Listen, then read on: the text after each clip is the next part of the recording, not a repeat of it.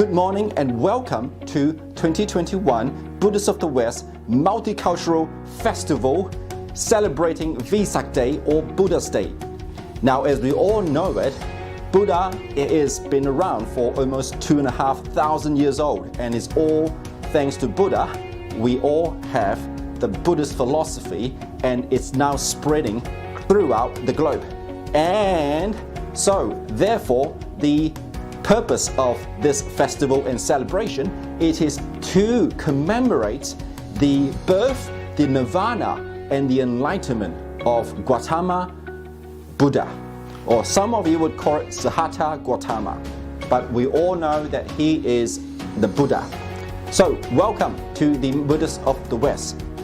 My fellow friends, ladies and gentlemen, often we celebrate this Buddha's Day and the Multicultural Festival in a park.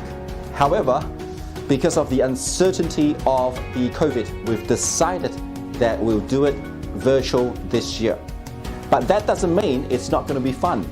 It's still going to be quite entertaining because we've got a whole lineup of Dharma masters to say and to speak Dharma, as well as to introduce and take you to a discovery journey of the temple.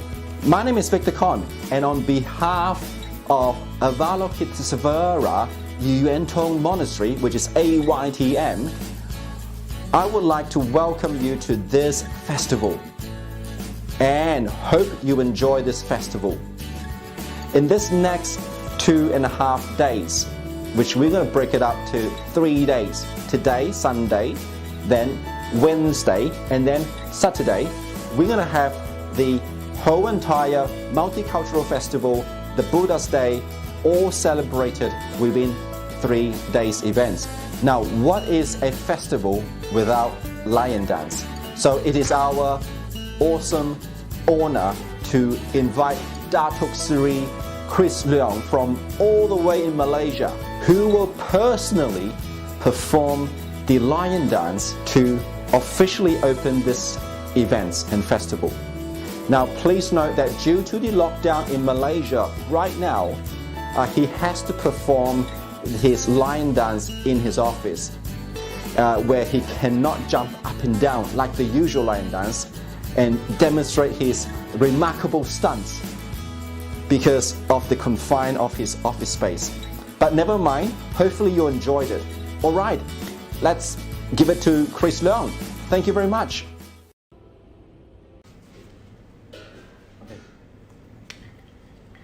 Hey!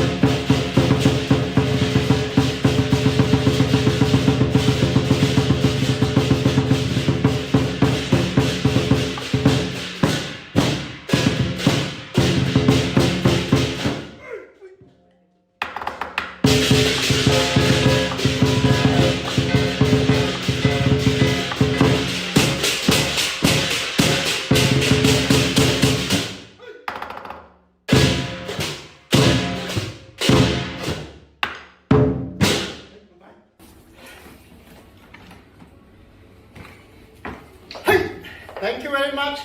Thank you very much. Hi, I'm Christian from Malaysia, and on behalf of the event organizer, Training Temples, Broadway area called Savaram Yuantong Monastery, Garimut.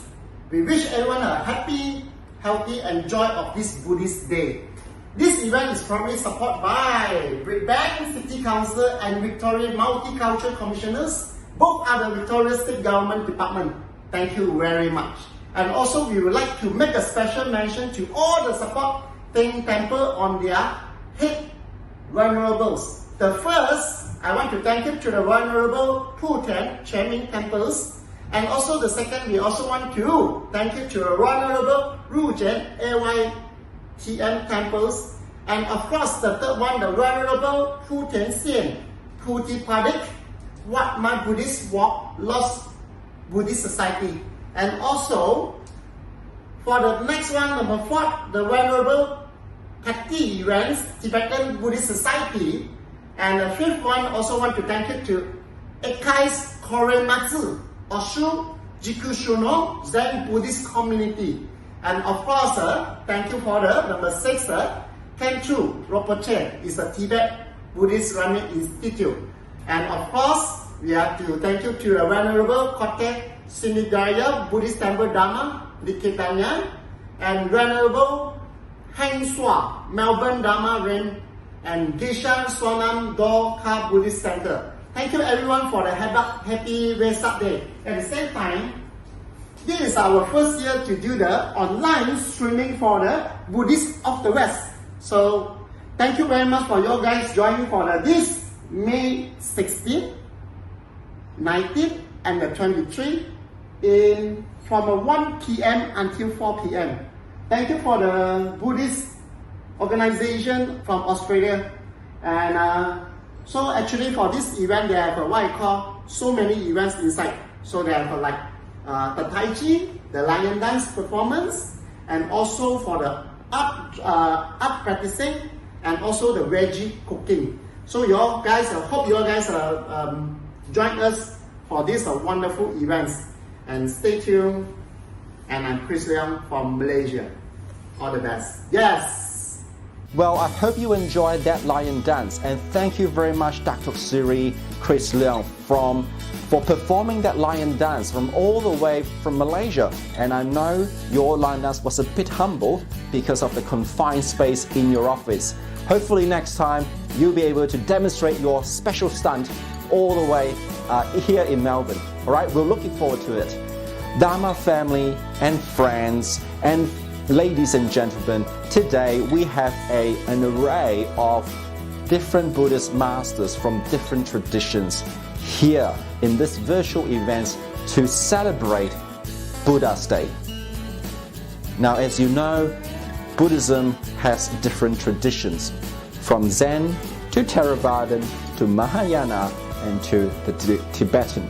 So we are bringing all Dharma masters as much as we can, of course, to commemorate the Buddha's Day. We have also invited the Mayor of Brisbane City Council, Miss Rankarasik. And also we've got Viet Nguyen from Victorian Multicultural Commission. And of course we've got other special guests such as Sean Chong, renowned chef, as well as Chris Leong, which you have met, and other special guests. And that special guest is you. You are also our guest. So before we start, let's invite Brisbane Mayor Ms. Rankarasik to say a few words about this festival. Welcome. I would like to acknowledge Buddhist leaders, representatives from various cultural groups, community representatives, and of course, everyone who has come along to support this online festival. On behalf of the Brisbane City Council, I would also like to acknowledge the traditional custodians of this land, the Wurundjeri people, and pay our respect to elders past, present, and emerging. My name is Rankarasik, and I'm the Mayor of Brisbane. I am delighted to welcome you all to the Buddhist of the West, Buddha's Day Multicultural Festival. Brisbane Council is pleased to be part of this celebration and to support this festival. Celebrating our diversity is important to Brimbank Council and to our broader community. We see diversity as one of our defining features and also as one enormous privilege and strength. The festival is a wonderful example of our community's diversity and what we can learn from connecting with other cultures. This can lead to better understanding of each other and can help us live together in even more harmony. The festival is an opportunity to explore Buddhist practices and teachings from various cultural backgrounds. Council is committed to strong interfaith networks, and faith and spirituality are important in the lives of the many of our residents. Community groups play an important role in Brimbank, and events like this provide wonderful opportunities for people to learn more about other cultures and enjoy shared interests. On behalf of Brimbank City Council, I thank you for the opportunity to be here and to share in this special celebration. Well, thank you, Ms. Ranka Rasik, for that wonderful words. So let's now welcome the co-organizer of this festival, Buddhist of the West Multicultural Festival, Venerable Thich Phok Tan from the Quang Minh Temple. Hello, my name is Phok Tan Thich. I'm the abbot of Quang Minh Temple, the co-organizer of Buddhist of the West Multicultural Event Festival. This year we celebrate online. The reason we all know. Despite last year we didn't have the activity, and the year before we did it successfully at St. Auburn Park. Although we don't see each other face to face, but that does not mean impossible that we cannot do anything. Buddhists exist in Australia throughout the country, but Melbourne West represents a diverse Buddhist community. Here we have the Vietnamese, the Chinese, the Tibetan, the Sri Lankan, the Laotian, the Cambodian. Many Buddhist communities exist in the Melbourne West, but not many people are aware of that. If you are Buddhist, I just want to let you know you are not alone. We are all here with you. If you're not Buddhist, we welcome you to join us to celebrate. As Australia is a multicultural society, we come here with our cultural identity, with our cultural heritage to share, and you also have something to share with us as well. So please come and enjoy. I hope today you all leave this section with positive spirit that we will come out of the pandemic successfully, which we have already achieved. But in the world there's still many mysteries, and we also use this opportunity to pray for them.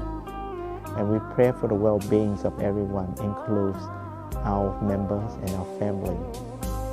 So once again, thank you for joining us. We hope that the coming festival will give us the opportunity to demonstrate who we are and what we contribute to the society.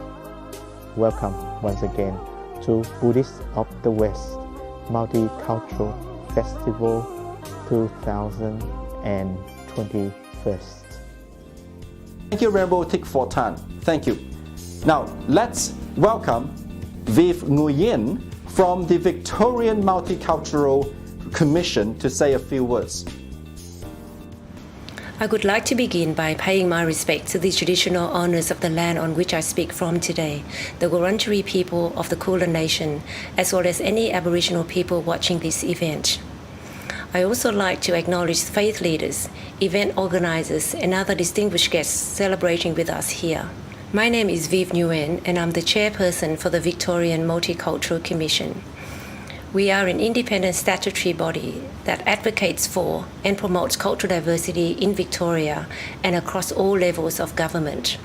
I'm also honored to be here to celebrate alongside you the special occasion of Buddhist Day, something that brings together so many wonderful and diverse cultures and communities, from the Chinese and Japanese, Vietnamese, Sri Lankans to Tibetan, Cambodians, and more. It is very thoughtful and compassionate of the monastery to arrange for this event to be shared online so that it can be attended safely by guests far and wide. It is this creativity and strength which has helped your communities adapt and respond to all the challenges we have faced over the last year. Significant events like this one today are a great reminder of why promoting and celebrating multi-faith and cultural diversity in our state is so important, and how preserving and sharing traditions helps to break down barriers between us and make us all stronger. We are so humbled and pleased to engage with the Buddhist community of Victoria and to support you as you continue to do great work. Buddhist Day is about honoring the values and teachings of Gautama Buddha and marking his enlightenment.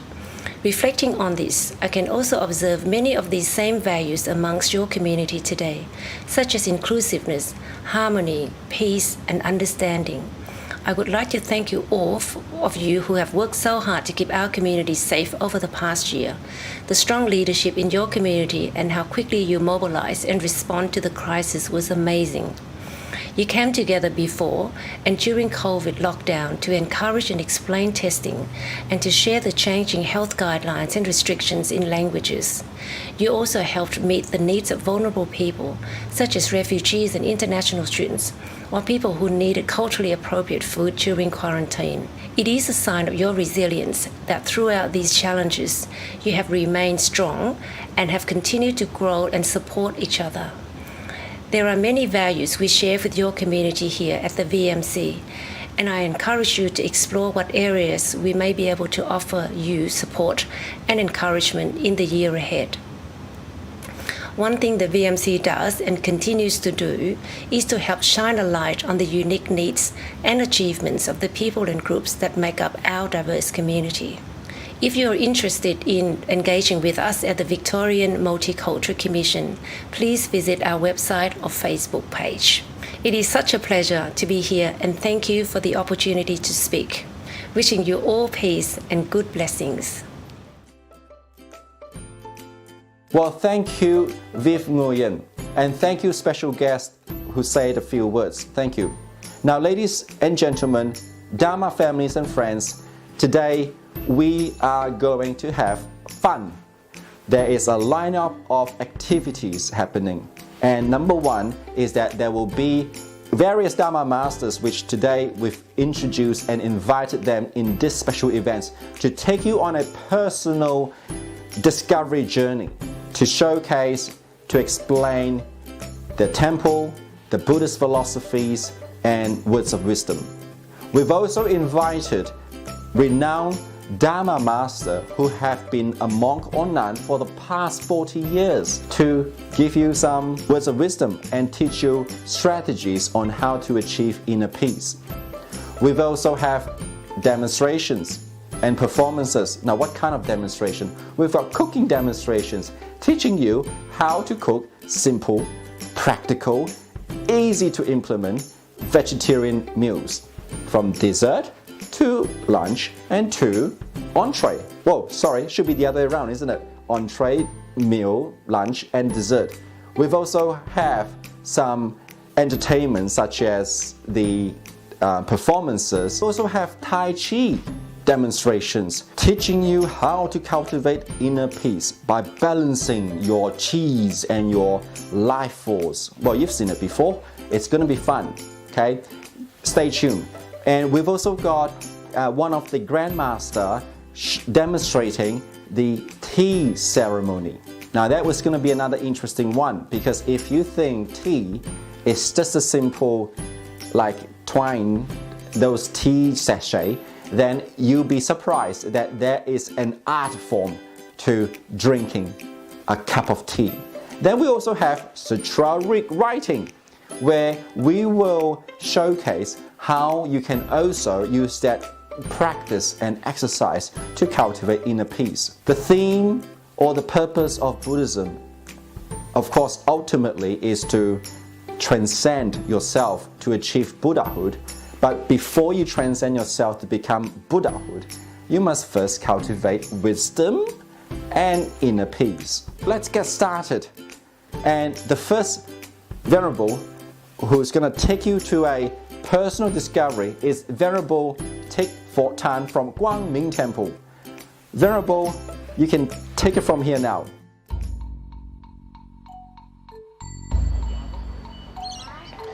Welcome to Quang Minh Temple. My name is Venerable Thich Phot Tan. I'm the abbot of Quang Minh Temple. Today, I would like to take you through my temple, corner to corner.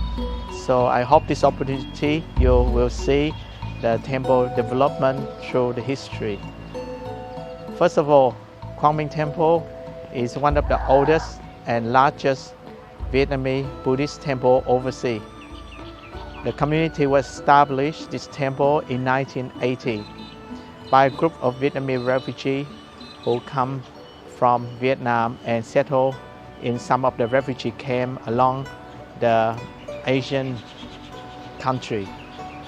Now when they come here, always they want to establish and develop or maintain their culture for themselves and to future generations. Now behind me is one of the earliest buildings that was built back in 1990. After moving from place to place, the first place is we has been hosted by one of the Tibetan Buddhist temple in St. Kilda. And then later on, the early committee moved the temple to different place. They moved to Richmond, and then Footscray, and then Sunshine, and finally we bought this land and start the construction from scratch. So this is the very first building. It's complete in 1993 and didn't really function until 1994. Now the temple is not that big, but it can house up to 100 people for small ceremony, but it's quite adequate at the early days. Now the land was purchased quite cheap, and also we have got some assistance from the government to help us, the community, to have a place to have the activity. Now this temple or any traditional temple built in the shape of a boat, just like taking the community across the ocean. And always we have the Kuan Yin as a guide to take us across the samsara world. Or here, the refugees always think that in their journey in a dangerous sea, we have the guidance of the Avalokitesvara Kuan Yin or Quang Âm Bồ Tát. Okay, so in 1994, the first Vesak ceremony taken here with the presence of many government representatives, federal, state, and council. So I probably like to take you to have a look inside of the temple. Please follow me. Behind me is a triple gate. This gate is one of the early construction happened on the sides along with the fence. It happened back in roughly 1994 to 1995. Now it has a dragon, lotus flowers, and the Dharma wheel, and three gates side by side. Now the dragon for the Vietnamese have a number of meanings. First of all, we think the dragon is like protector, the Dharma protector. So in the early day, there was a dragon that make a vow to protect the Buddha teaching and make it available to the later generation. So to us, the dragon here is the Dharma protector. Now, secondly, the dragon also represents for the royal strength or the character. Dragon normally representing the king, so he's the most powerful beings on earth. So we think that the dragon representing the king has that sort of strength. Thirdly, the Vietnamese think they descend from the dragon. Maybe we are fishermen. In the early, the Vietnamese identify themselves, so they think they descend from a dragon. So when we have the dragon here, it's carry different meaning.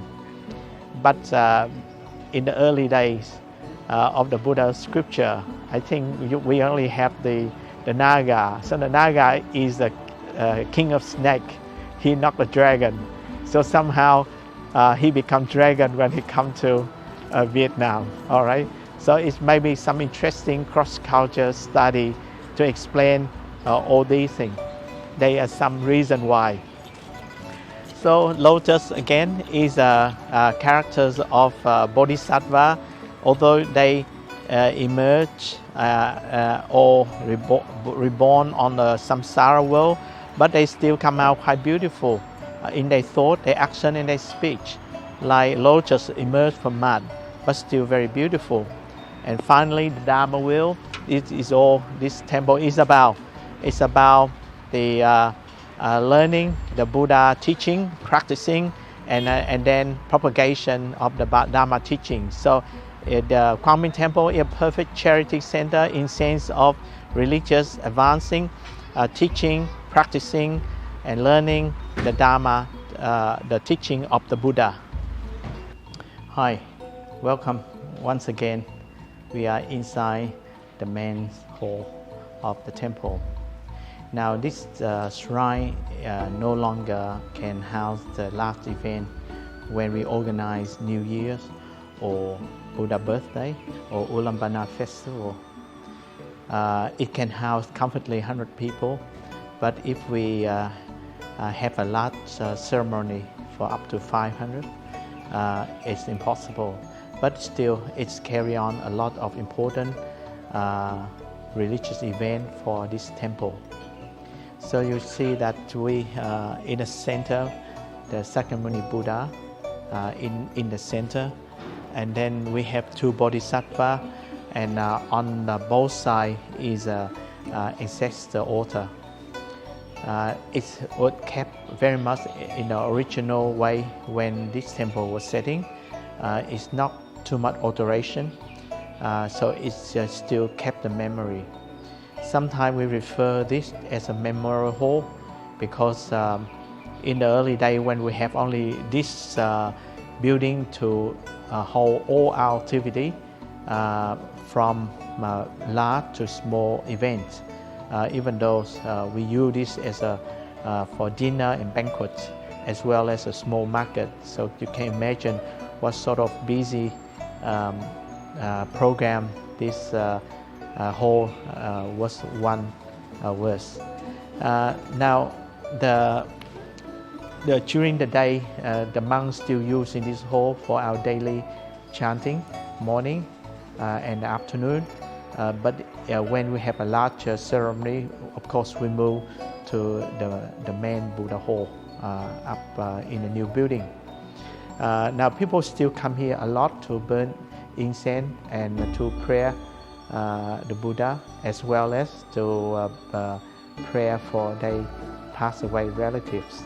So in some way we call this Patriarch Hall or Memorial Hall. It's what built back in 1995 and still been never renovated or painted every few years. And just last year, before the coronavirus lockdown, it has been fully renovated, painting and redo a lot of the things to renew it and keep it in the good functioning order. So when you come to the temple, you probably will see this, the building, very first impression of the green roof, of the way it's built in the early days. Okay, so I hope you will spend some time here to feel the serenity of the hall whenever you can. And now we invite you to see something we have outside, the full stretch of our property. So here the statue of Kuan Yin, the community always take her to be the guidance in our journey as the refugee coming from other country to Australia. In this property, the temple stretch further right to the river, into the valley. It's a large property, and we dedicate it for the sanctuary of wildlife. And we grow a lot of tree in there. In one of the programs in the early day, we grow many thousands of tree, shrub, and ground cover, and also build a path for people to enjoy the scenery. Okay, now I'd like to welcome you inside my main shrine. Please follow me.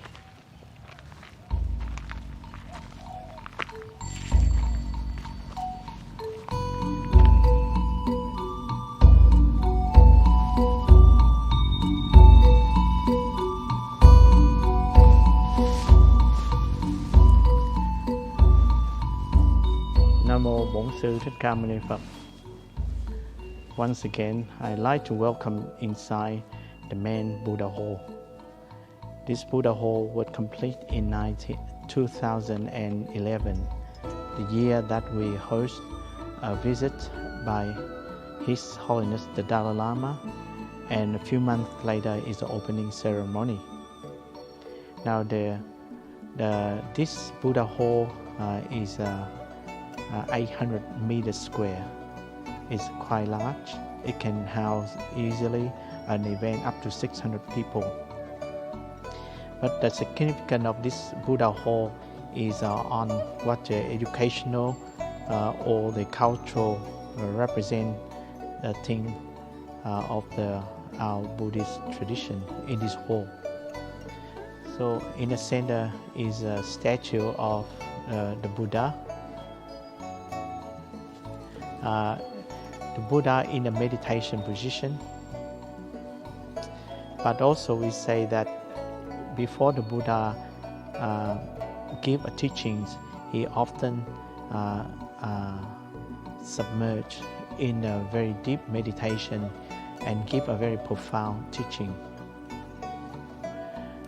Now the temple, the statue was cast in Taiwan, and all the finishes was done here by our volunteer, and face was painted by Geduk, one of the Geshe-la, Tibetan Geshe-la.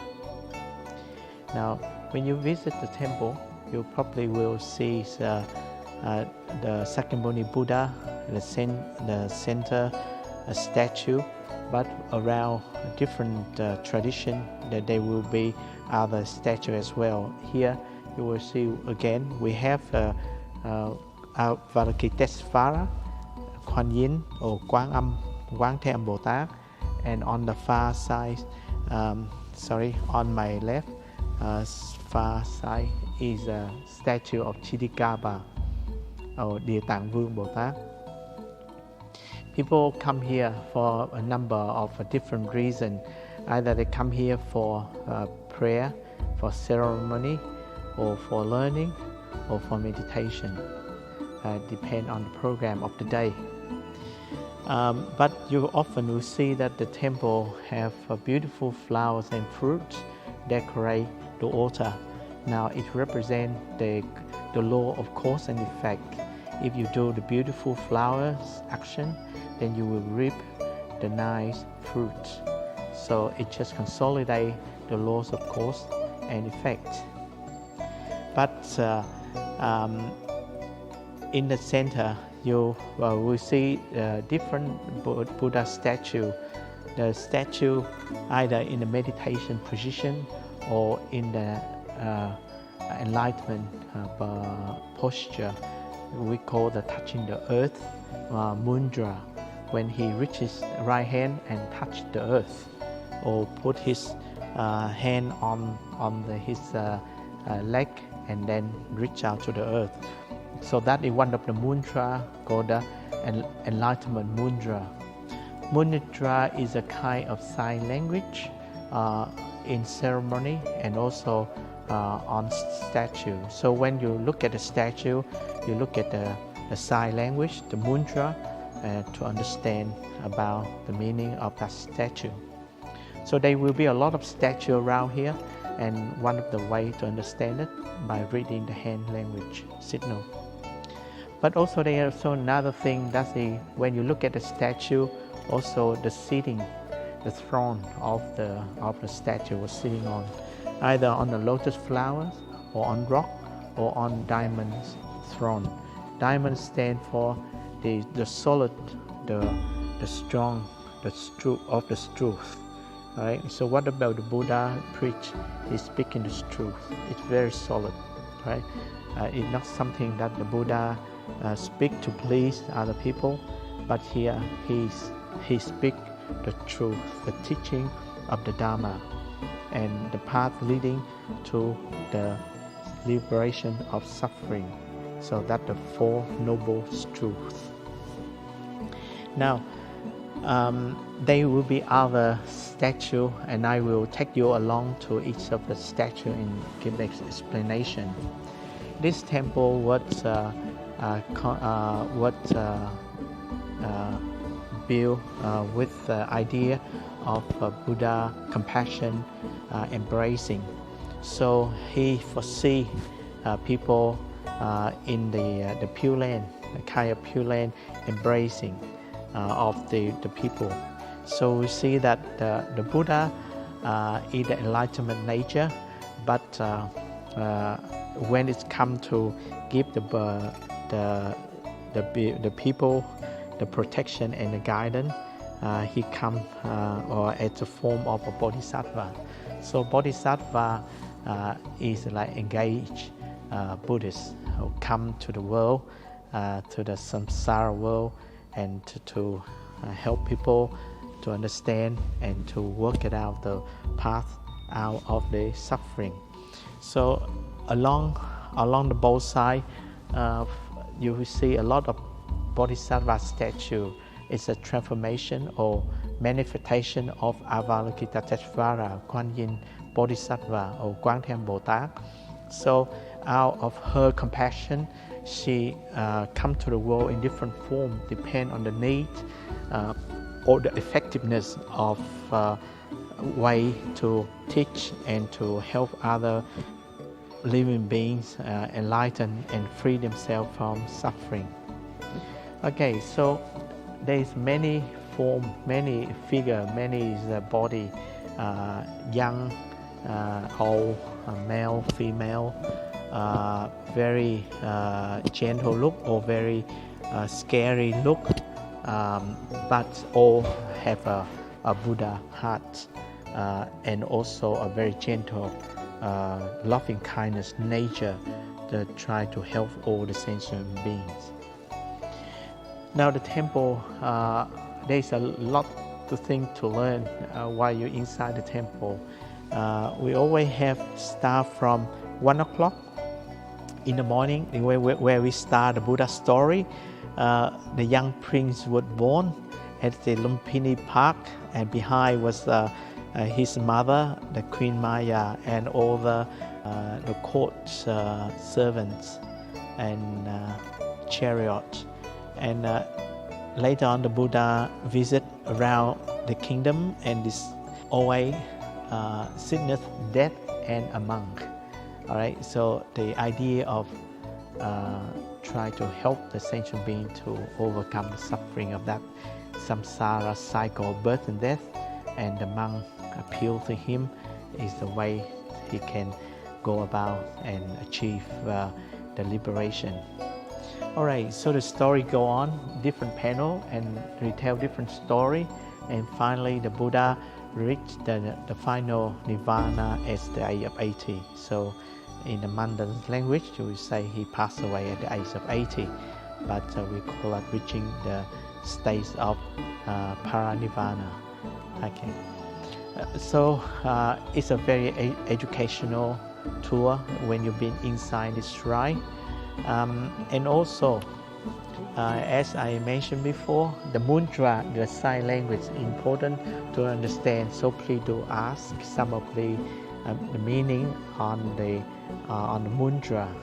So you probably will see that when you first come inside the temple, you see the white statue, very tall, very large, and she touching the ring finger. This is called gentleness or kindness or compassion. Yeah, all right, this one. And when she touched the middle finger, like the other statue, this is more of the realize of the emptiness. So mean the wisdom come with understanding basically. And then if the statue touching this finger, then it means she give an advice or Dharma talk or the teaching or guidance. All right, if in this mudra. So the combination, they require a number, so it's become more complicated. So each of the statue tell a meaning, and not just about the meaning, but it's also become something for us to cultivate, to think about that sort of skill one bodhisattva practitioner need to accumulate in order to enter the samsara world, to help the sentient being successfully. So you need all that skill, all that mental quality and mental strength to deliver your teaching to help the sentient being to understand the Dharma and to liberate himself. Okay, now come to the instrument. People do come to the temple for a number of reasons. They come to here to enjoy the prayer. So you will see we have bell, we have drum, we have the wooden fish. Those are some of the basic instruments. But talking about the bell in the temple come in different shape. Of course, they carry different sound, and but they there to not just participate in the prayer, but also about the meditation. So I will probably play some of this bell so you can hear the differences amongst them, from the shape to the thickness and the form of each of these bell and the function as well.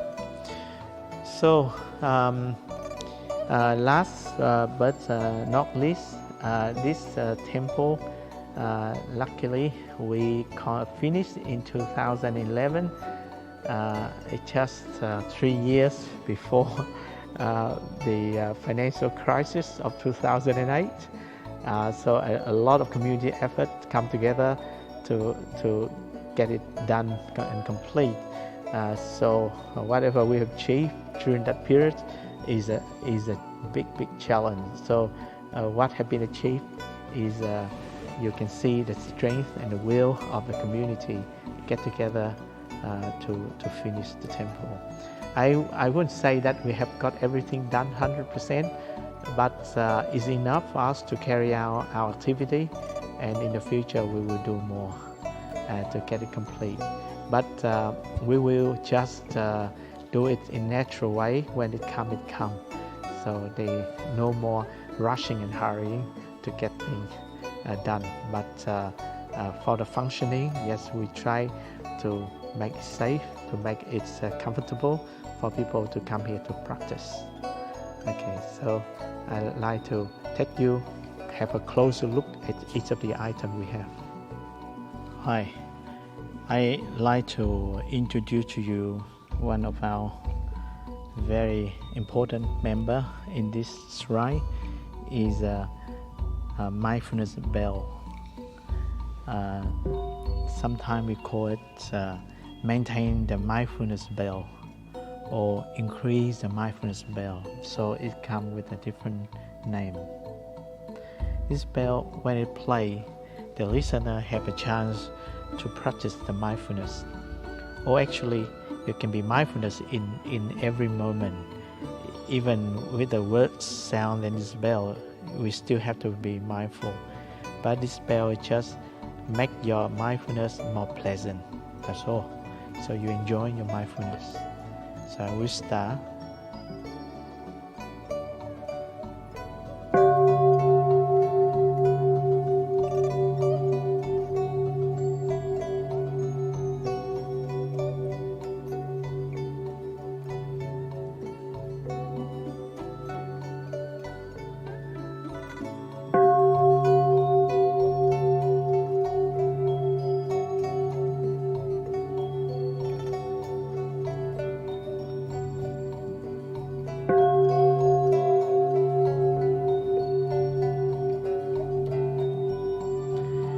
Now this bell also have a companion we call the wooden fish. Now it's on the other side, so I like to show you. Please follow me.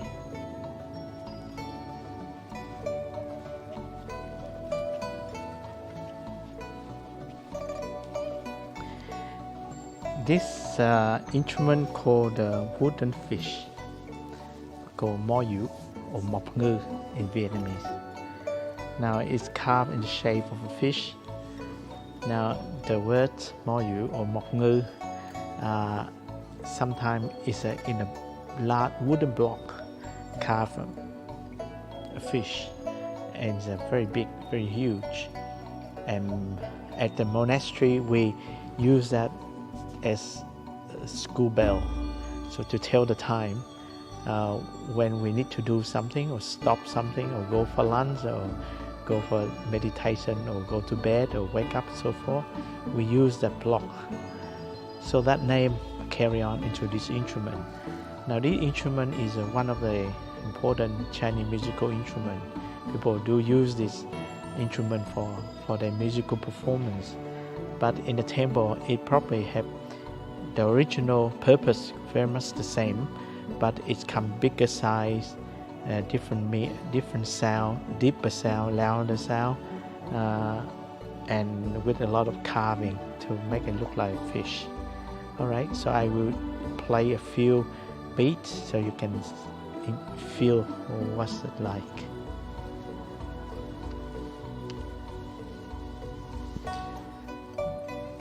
This instrument not supposed to play to display different sound, but it's more just to keep the rhythm. So the sound is very uniform, but at a different speed.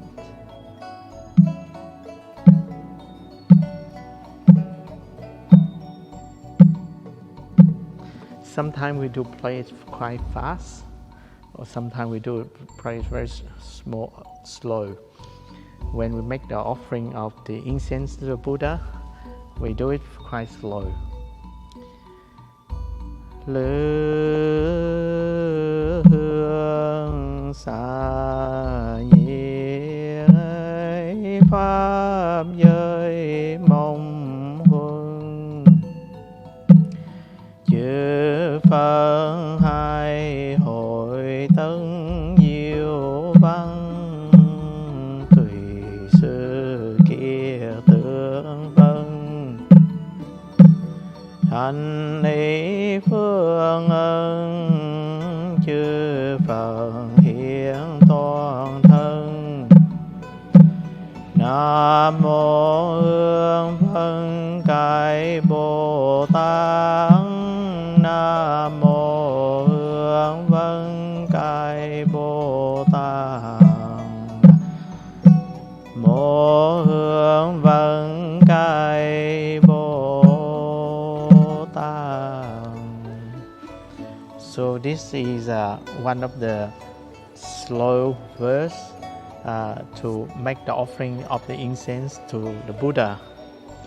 Okay, now the last instrument I like to introduce to you is our great bell. Please follow me.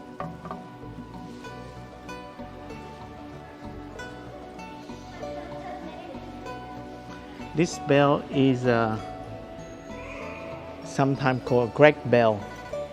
It's meant to keep people stay in the state of mindfulness.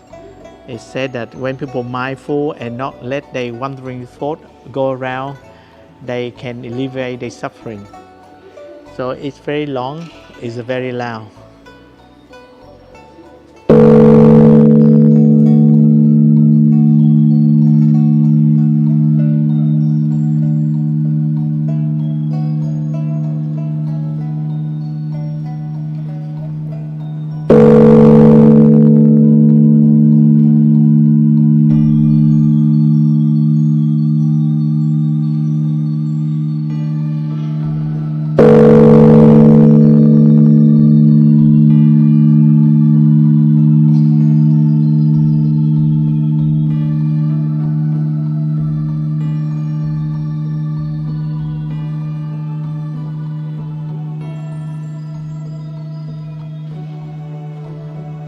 Now we go inside the Patriarch Hall when we keep our memory with our past away master alive.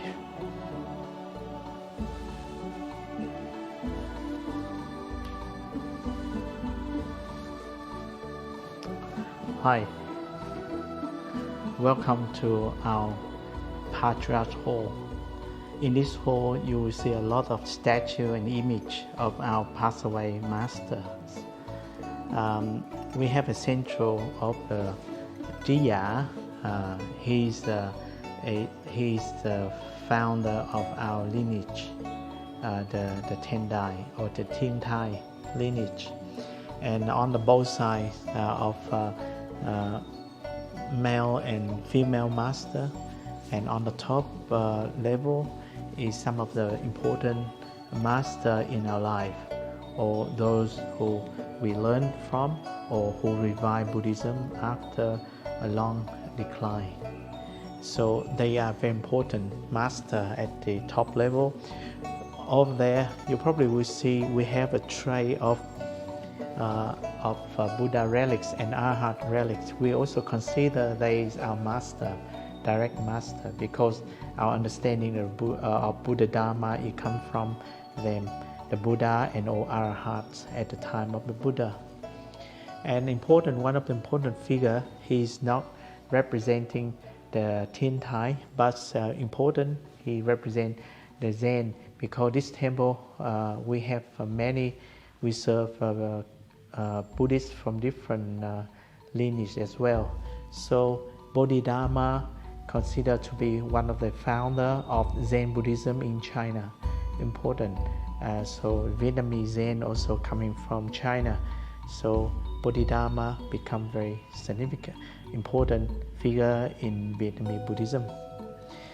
On this left side here is a female, on the other side male. Some of the monks quite senior, some are quite younger, and some is have served monks at the long term, some are shorter, but they all equal. They all receive the Bhikshu precepts. So they have received the Bhikshu and Bhikshuni precept. Here on the other side, you will see we have the 18 Arhats. 18 Arhats are important figures at the time of the Buddha. Each of them represent for their understanding and strength, and also their special characteristic in preaching the Buddha Dharma. Okay, so basically this whole we dedicate our gratefulness to all the passed away master, and for them is where we're coming from, and from them our understanding of the Buddha Dharma exists. So it's very important that a tree is strong when we have a very good root. So we take that teaching very seriously, understand about our roots, and grow from there. That's where our strength comes from. So we always pray to the older master before any ceremony, although short or long, big or small. We always come to pay homage to them before we start. So we call this hall is a patriarch hall. Patriarch hall, right? And for us, those in the shrine, unfortunately, they will pass away. So, so when we pay our homage to them, all of them pass away, master. Okay, so in Vietnamese, we still have quite good representing from male master and from the female master as well, bhikkhu and bhikkhuni. Okay, thank you.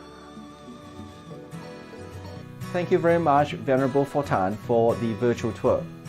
So, our next item on the list is a cooking demonstration. Now, we will be inviting a chef. His name is Sean Shong, and he's gonna show you his vegetarian cooking class. We'll see you there. Welcome back to the Buddhist of the West and in the western suburbs of Melbourne. Right now, we're going to have a vegetarian demonstration class where next to me, we've got Sean. So Sean, could you please tell me a little bit about yourself? First of all, I wish everybody happy Vesak Day. And then it's my pleasure to have a demo cooking in this particular day. My name is Sean. I'm from Malaysia, been in Australia for 9 years, been cooking for almost 15 years, 15 to 20, still keep learning.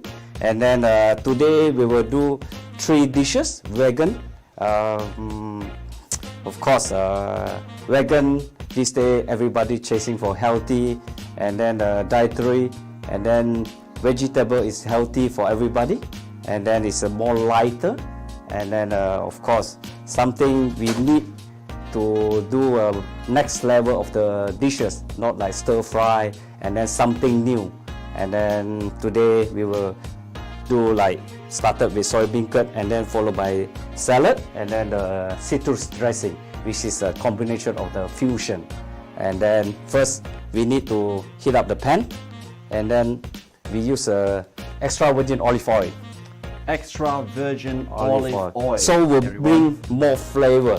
Where can you actually buy this sort of bean curd? Because we can't find this bean curd in Woolworth or Coles. So could you maybe just tell the audience where can you find it? Yeah. We can find it in the Asia grocery in the vegan section.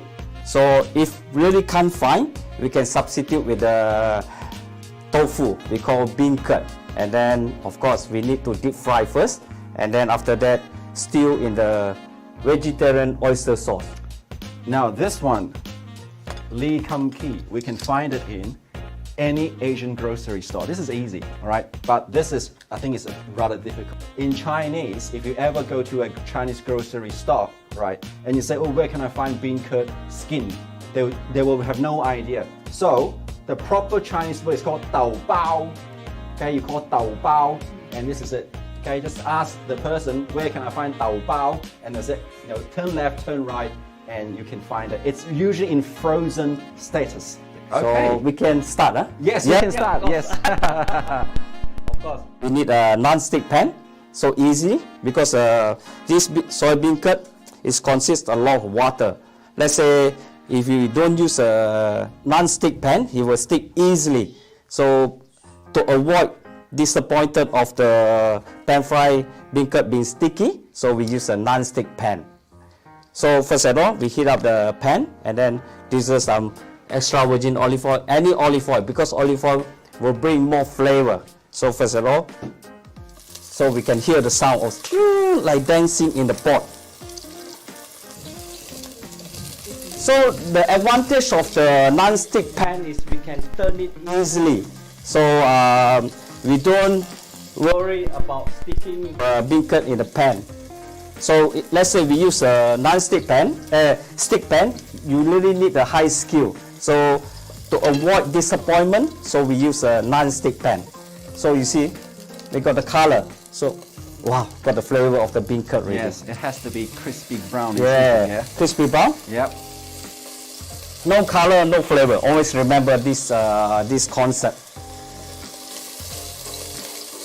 So in the same pot, we will later on get seal of the bean curd, and then get the color, get the flavor, and then this is the master of the cooking. Oyster sauce, vegetarian oyster sauce, because today is a vegan Vesak day. I think we have a look first. High heat doesn't matter. Keep moving, like dancing in the pot. Dancing not on the floor, and then we always dancing in the pot, like the ingredient dancing on the pot. You see all the color come out already? So let's smell. We got the bean curd flavor already. I can smell the bean curd flavor over here. Yeah, and then from here, we straight away pour in the oyster sauce. Just oyster sauce will do, not too much, no need salt. Maybe add a bit of kick, a bit of pepper, freshly ground pepper.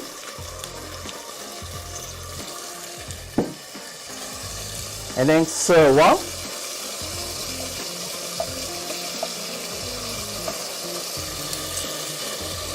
And then water. So in the meantime, we pour in the water, let the oyster flavor observe the bean curd and observe all the flavor in the bean curd. Keep stirring, like stewing vegetable.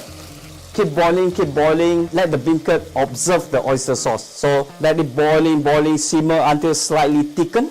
So let medium fire, medium heat. Now when we talk about oyster sauce, it's actually the vegetarian version, yeah? There's no meat, there's no real oyster. It's just, soy sauce and beans extract flavoring in soybeans. So you can buy these in anywhere of the Chinese grocery stores. Yep. You just taste the stock and then everything will behind. For me it's okay already. Doesn't matter, this one is depend on individual palate. So you need more salty, more stronger flavor, so you can add on. So let it infuse a bit. In meantime, keep flipping a bit. So this one soybean curd like a sponge. So he slowly will observe all the flavor into the bean curd. So that is most important thing. Next, so we keep watching it, and then we do the citrus dressing. Citrus dressing, we need to measure every part of the ingredient, because this one is like more consistency. And then if we don't measure, like Malaysia always say agak-agak mean you won't get the consistent flavor. But this one you can be agak-agak, just estimate we say. And then this one, okay, we start with the freshly squeezed lemon juice, 150 ml. Put in this one, the measuring jar. And then secondly, honey, 120 gram. Any honey, if you want to use organic Manuka, of course, it's the best Manuka from New Zealand. Still promoting the honey from New Zealand or either from Australia. Sean, with this, just leave it on, yeah? Yeah, leave it on until all the liquid observe to the bean curd. Yeah, it has to absorb. Yep. And then after that, mint leaf, 10 gram, we put in. And then cafe lime leaf, we just roughly chop about 10 gram.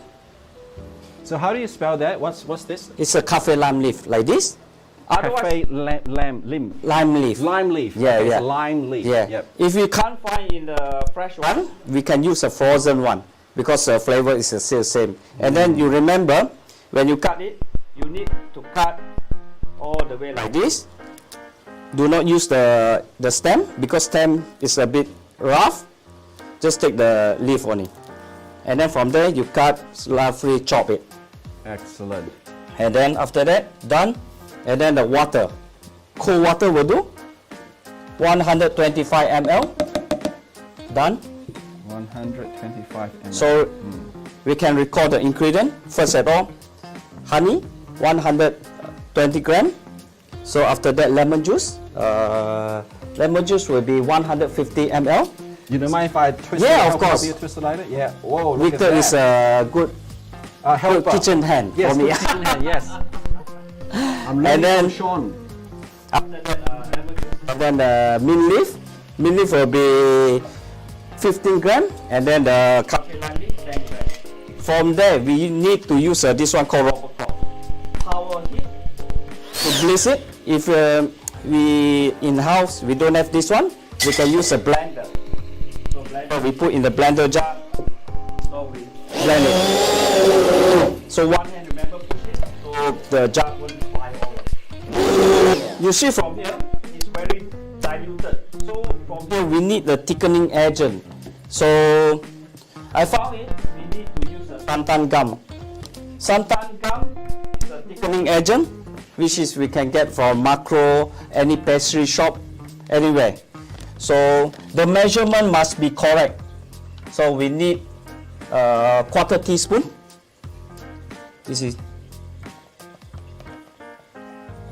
This is need the real measurement. You cannot like Malaysia we say agak-agak. Okay? Slowly you put in like that. One hand you hold like that, and then one hand use a stick blender. So, thickened.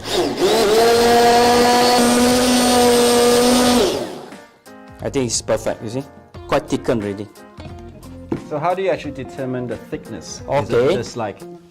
Very easy to see, you see, we have a look. Just now it's very watery. Yep. So you see, quite solid thick already. Yes. This is a thicken we're looking for. It's almost like a milk type of Yes, texture. yeah, exactly. And then of course the beancurd done, dressing done, and then salad. So salad we have, if you can't find these three type of the salad, you can use a mixed salad. Any salad will do. Okay, for me, I do a research, I found it, the color combination, and then always we say, when we eat with the eyes first, and then after that, not eyes, I think, photo this day. So anything need to capture. Like the beautiful lady need to do a makeup first before eat, right? Before go out see the loved one.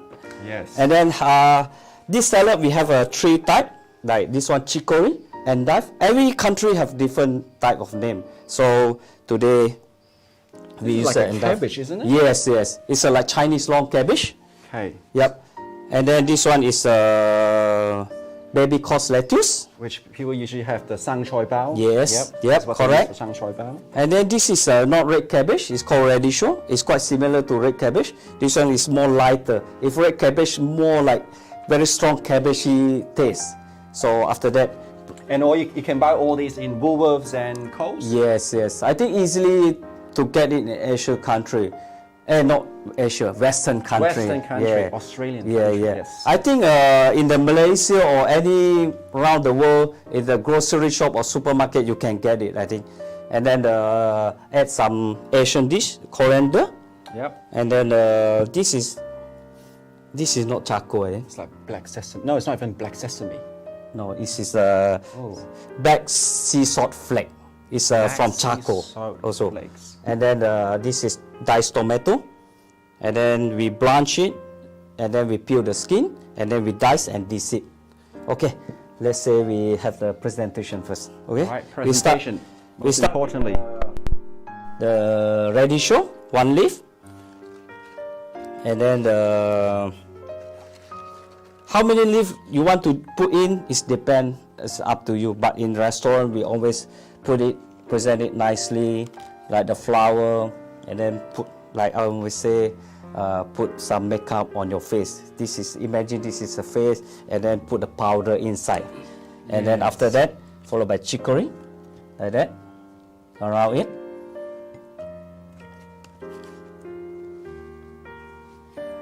And then after that, we put in the beancurd. Oh, before you do that, I just want to show Yep. the audience how it appears. So imagine this is the face, and this is a big smile. Yep, the face here. Okay, like that. The color combination. We Color have combination red. is important. Yeah, not green on the face, maybe color on the hair. Yes, yes. All right, the We start the masterpiece bean now. cut. The bean cut. Wow, see. It's done. It's and then followed by the coriander a bit. Randomly, just like the rain, we drop it on the sky and then let it drop. And then the diced tomato.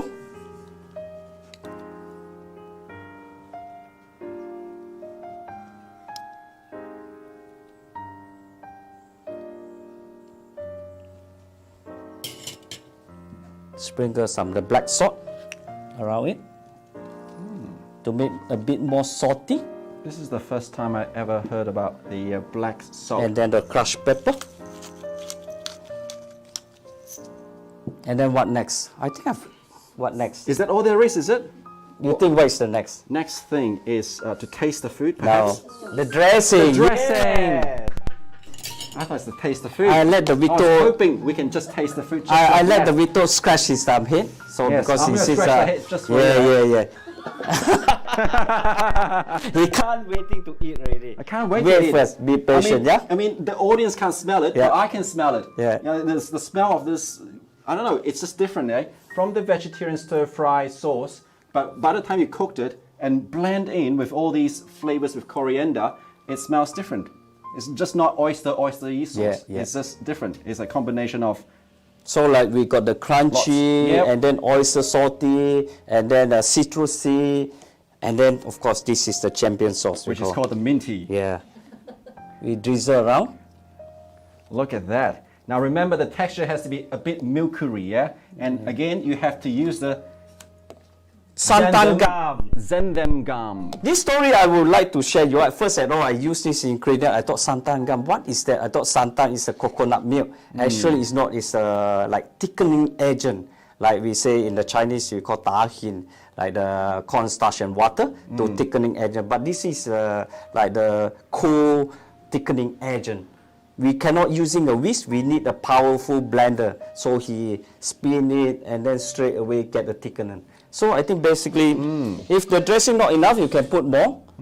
I think basically Sean, the could you first, maybe educate the audience? Yep. Now, of course, there are different types of thickening powder. Yep. One, of course, is made of tobacco powder. Other one is made of these like thick rice powder. Yep. Now, why Zendam Gan and not any other thickening powder that we can buy in Chinese grocery stores? Yep. So because santan gum is one of the vegan dishes, so we need definitely for vegan dish. And then I found it is a very like when you put in the santan gum, he not interrupt the flavor of the citrusy, which is and then it's very economic. You this one, you just imagine you buy about this one. How Oh, many check gram, this eh? out. Look at the health star rating, 4.5 stars. It's correct. Now, if you were to buy the normal standard $2 pack, the powder, I think Yeah, yeah, it will yeah. increase your weight. You know, Yeah, but yeah. the purpose of vegetarian dish is to have a nice, healthy diet. Yeah. And therefore, such gum such as this would make a big difference to the belly. So if you want, Zendam gum is the one. And then the price, of course, I think is very economical, less than $7 in AUD, and then you can use a lot, so many time of the this dressing. Imagine it.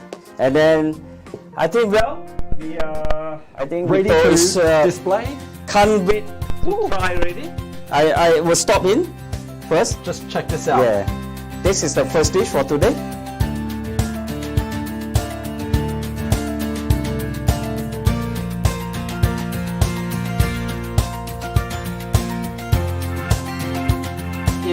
If you want to be, if they want to find you, where Yep. can they find you on Facebook?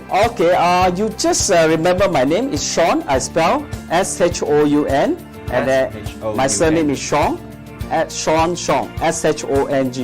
I think with the chef jacket, with the head, with my beautiful wife together, I think. And then another one is Food Journey. Food Journey is my solo venture.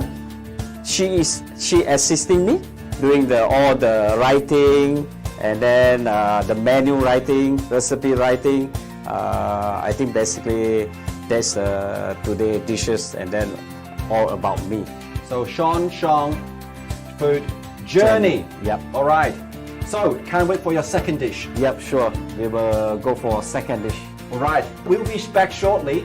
And yeah, Thank you very for the much. next session. See you later. Bye-bye. Oh, isn't that a disappointment? He's just going to show you a one entree. So, and he's going to cook a main meal and a dessert. So you got to stick around if you like to see the entire cooking demonstration. But I hope you learned something from Sean Chong, the chef, and how simple it is to cook a delicious vegetarian entree. Now, stick around. The next we have is a tour, a discovery tour by a Zen Buddhist monk.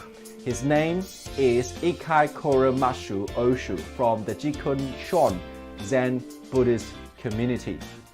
Thank you very much, Venerable. I'll pass it to Venerable to take you for a short discovery journey of his temple.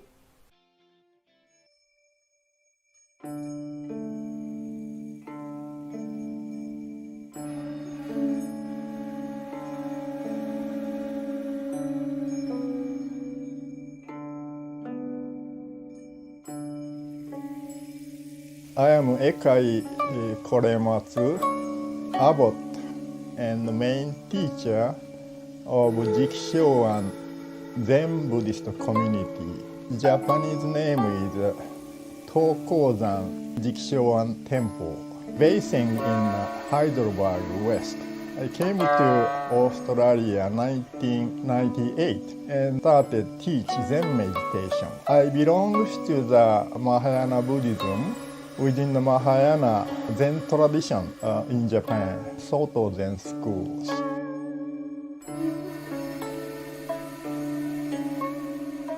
Main activity Jikishoan Temple offer is early morning sitting, meditation as a core. Emulating Buddha's awakening, great enlightenment take place, dawn. So we get up before sunrise and sit and meditate. Main practice is early morning sitting and evening, and that resembles that kind of lineage. Buddha's enlightenment sitting started in the evening after sunset, lead to the first night watch. Zen tradition resembles that, we emulate that, and particularly in monastic training. And this temple has a temple gate and a kitchen, community kitchen. The patrons, people who contributed to the cause of these temple activities. And from the lineage side, teaching side, transmission side, my own master studied with, then enshrined. Local teacher helped me, assisted this community's enshrined. That's the founders for. We don't exist ourselves. Buddha Dharma is supported by every condition. My intention was to create some kind of models. People can relate, able to find the time to do that. Just visiting, enjoy, or do meditation. In addition to that, Jikishoan has education programs called Zen and Integrated. We have A course, B course, C course. A course is 4 terms a year, 10 weeks, once a week, based on the curriculum. And it's a 2-hour sessions. First 1 hour is a meditation practice. Next 1 hour is discussion based on the curriculum topic. That is an introduction to the very, very basic Buddhist concept. Anyone can come and enroll into the class. Another program for the community level is called Weekly Sanzenkai. It's not held here, but we hire space in the Brunswick, West Australian Shears College, once a week. That is an expression of our communities. Usually 20 people come and sit and meditate. That program starts 5:30 and 9 o'clock. That includes the supper. It's very important, I feel, for the community to not just do the meditation formal practice, but coming together informally, sharing food and socializing a little bit. That's where we open up. It's a kind of the oil for the lay life. Recently, we have Thursday Sanzenkai, same basis, offered to our members, community members in the Futsukure area. So we have that weekly one at the Kanmin Temple. Everyone can come, no charge. We emphasize the Mahayana practice of the parameters, including Adana, that's all. And we have a retreat practice, residential retreat. Generally, 3 times a year, we hire a space in near Ballarat Craigslist, a 7-day residential retreat. It's a daily practice, a monastic. A series of the daily activity is a practice, including eating, daily chore, listening to the teachings, and working with a group, kitchen work. Jikshowan as a Mahayana practice is not the individual meditation practice. It's an individual to start a meditation, make a connection with Buddhism or Buddha Dharma, but that is the initial point. Door needs to be open. Then entire world comes in. And so it becomes beneficial, we become connected. I just want to share my vision with a purpose or hope, intention to build this place.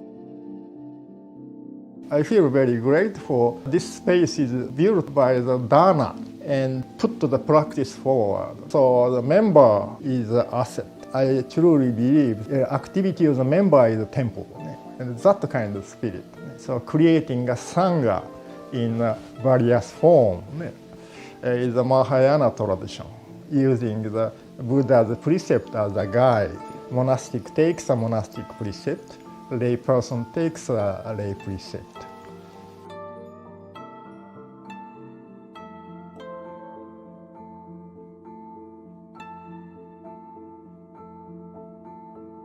Well, thank you very much, Venerable Ikai Kuramasu Oshu from the Zen Buddhist community.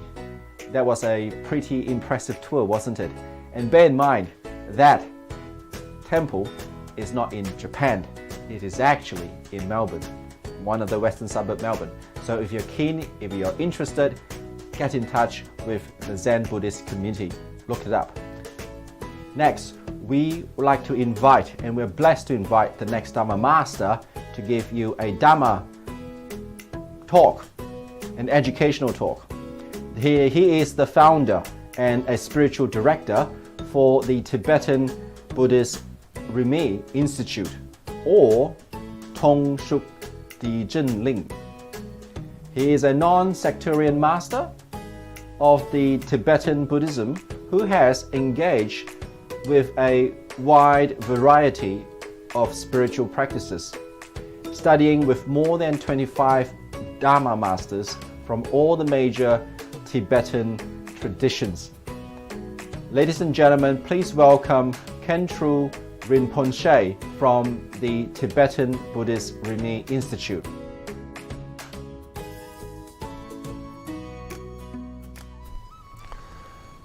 Usually when I do some teachings, I do pay homages for the Buddha and the lineage and my teachers. Everybody express my gratitude, because life with gratitude always end up much better and better for anybody. Who lack of the gratitude have always life is suffering, endless suffering. So if we want happiness, sustain and maintain, then we have to emphasize the gratitude and appreciation. Jerkanım şahzın kamsım çüge jaror seçinin yordi yatır dağla kartını sangi lelha malun rovi tamgeni zomedon kuda hudu gınjabgi ban mara sukun çoran natangi khambalaton Diwa Chani Dacha Jong Ganga Tuxi Nerzon Nir Dawatam Sherfan Yip Shertan Bichunar Ton Zalabi Kodam De La Sham Saralo Jarson Zab Girbi Tonamalu Darjan Chabarangi Donam Tartu and Gorlo Tamir Shanya Orton Ki Jarsavishan Badan Saksama Pakwa Tomeja Tarji Ton Bir Murtanar Tondar Denjon Zamar Jachineri Qui Tronki Ba Kiantiran Jan Horayan Pakwa Ladruvala So Po Nurgel Lamaran Stechiner Nyanji Ingerme Damja Yan Trit Bi Okara Jene Kambala Wandram Tahon Kentane Jabdi Yanda Cherning Rola Zogdanani Bi Penso Serser and Jenki Barik Danasan Wheels of Shinatarta Danya Kandiandas. My awesome Danadorji Nanjurji, Lonsamata Quirta on the Hanger. The Dilam Jasser and Allah Juju Jabana La Surwande. Kanjitan Bir Dungara Consider Jan Kupi Tina Lamem Choser Jenchina Savi Lama Chenam Don Namandra maybe to Jeja Traxamar Dungara Chendra Cheji Mchen Yarso Me Honjavar Jalaso Simchene ton lam yerda danchena tambanam nunter sarda so.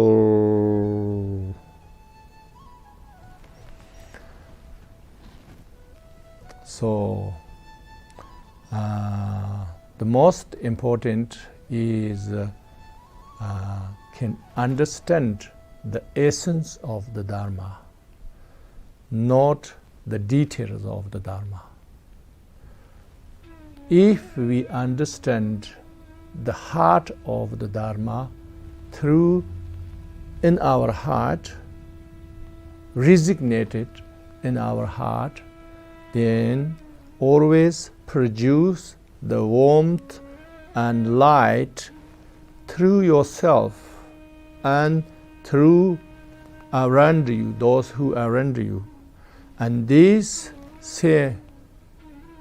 all people do the same way, and then go bigger and bigger, and then we can transform our world perfect peace and harmony. So therefore, when we talking about Buddha Dharma, we have to focus the heart of Dharma, the essence, as a spiritual part, not too much religious aspects. Why? Because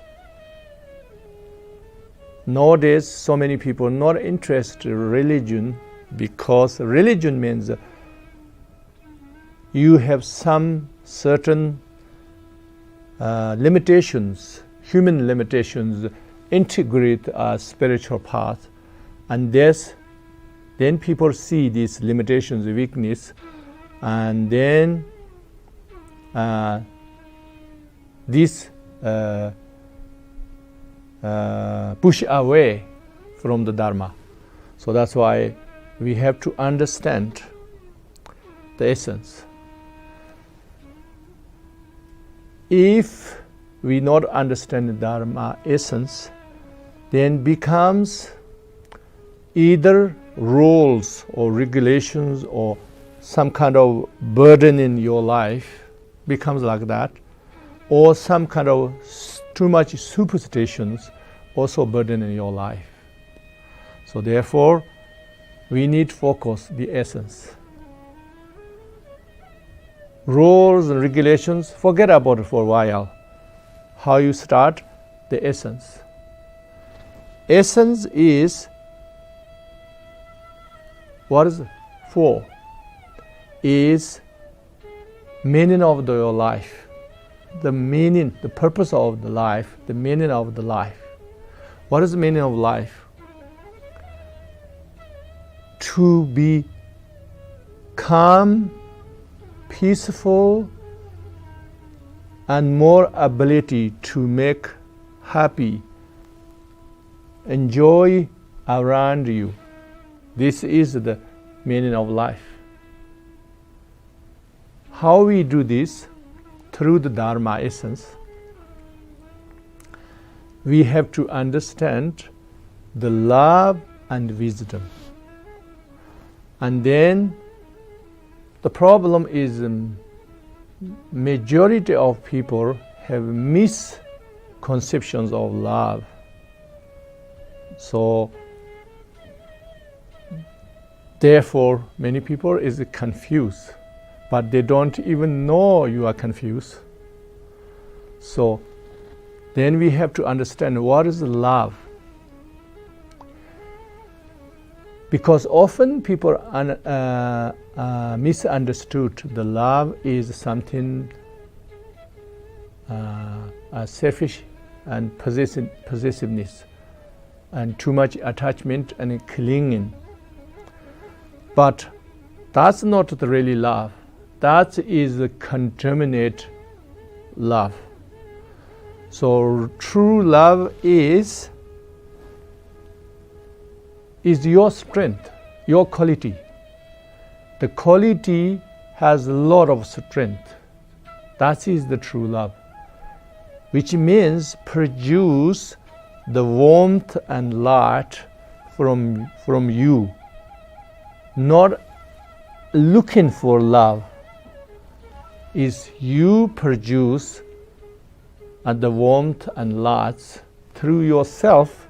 So wherever you go is like your home, and whoever you meet is you feel trust and feel closeness. This is the science of love. You have true love. And then this is shining through everyone. So it is automatically, if you have the true love in your heart, everybody loves you. You don't need to make effort. But if you don't have that true love and contaminate love, you think it's real love, and then you scare away everybody because your possessiveness and you're jealous, everything come up. So that's why we have to understand the love. Why I say love is strength? Because love has many aspects. One aspect is called compassion.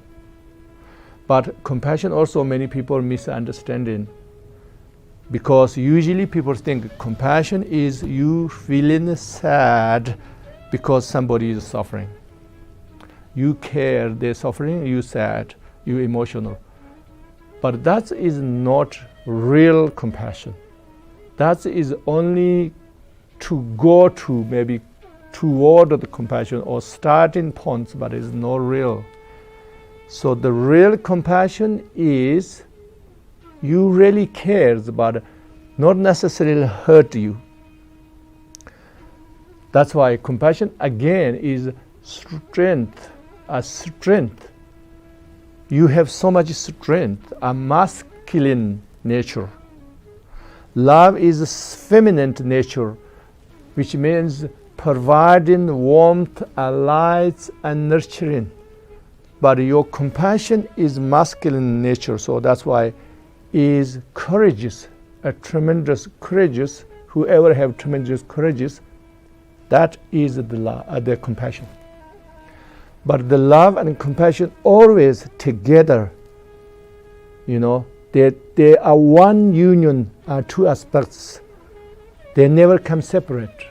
Whoever have true love, they have the compassion. Whoever have the compassion, true compassion, they have the loving nature. So this is we need to understand and cultivate in our heart. So if you do this, then is no matter how many challenges come, you can face why you have this strength. Strength is the love and compassion. So no matter how many challenges, difficulties, the masculine nature, this can fight easily. The compassion, which means you care. You care the most important things. You don't care these small bases, like the challenges. These things you see as very small. And you see as nature. You see as normal. But most of the time we have problem because we don't expect it. Because through our ignorance, we always wish or some expectation, everything goes smooth, everything go good, never go wrong. We always imagine something getting better and better, everything going to perfect.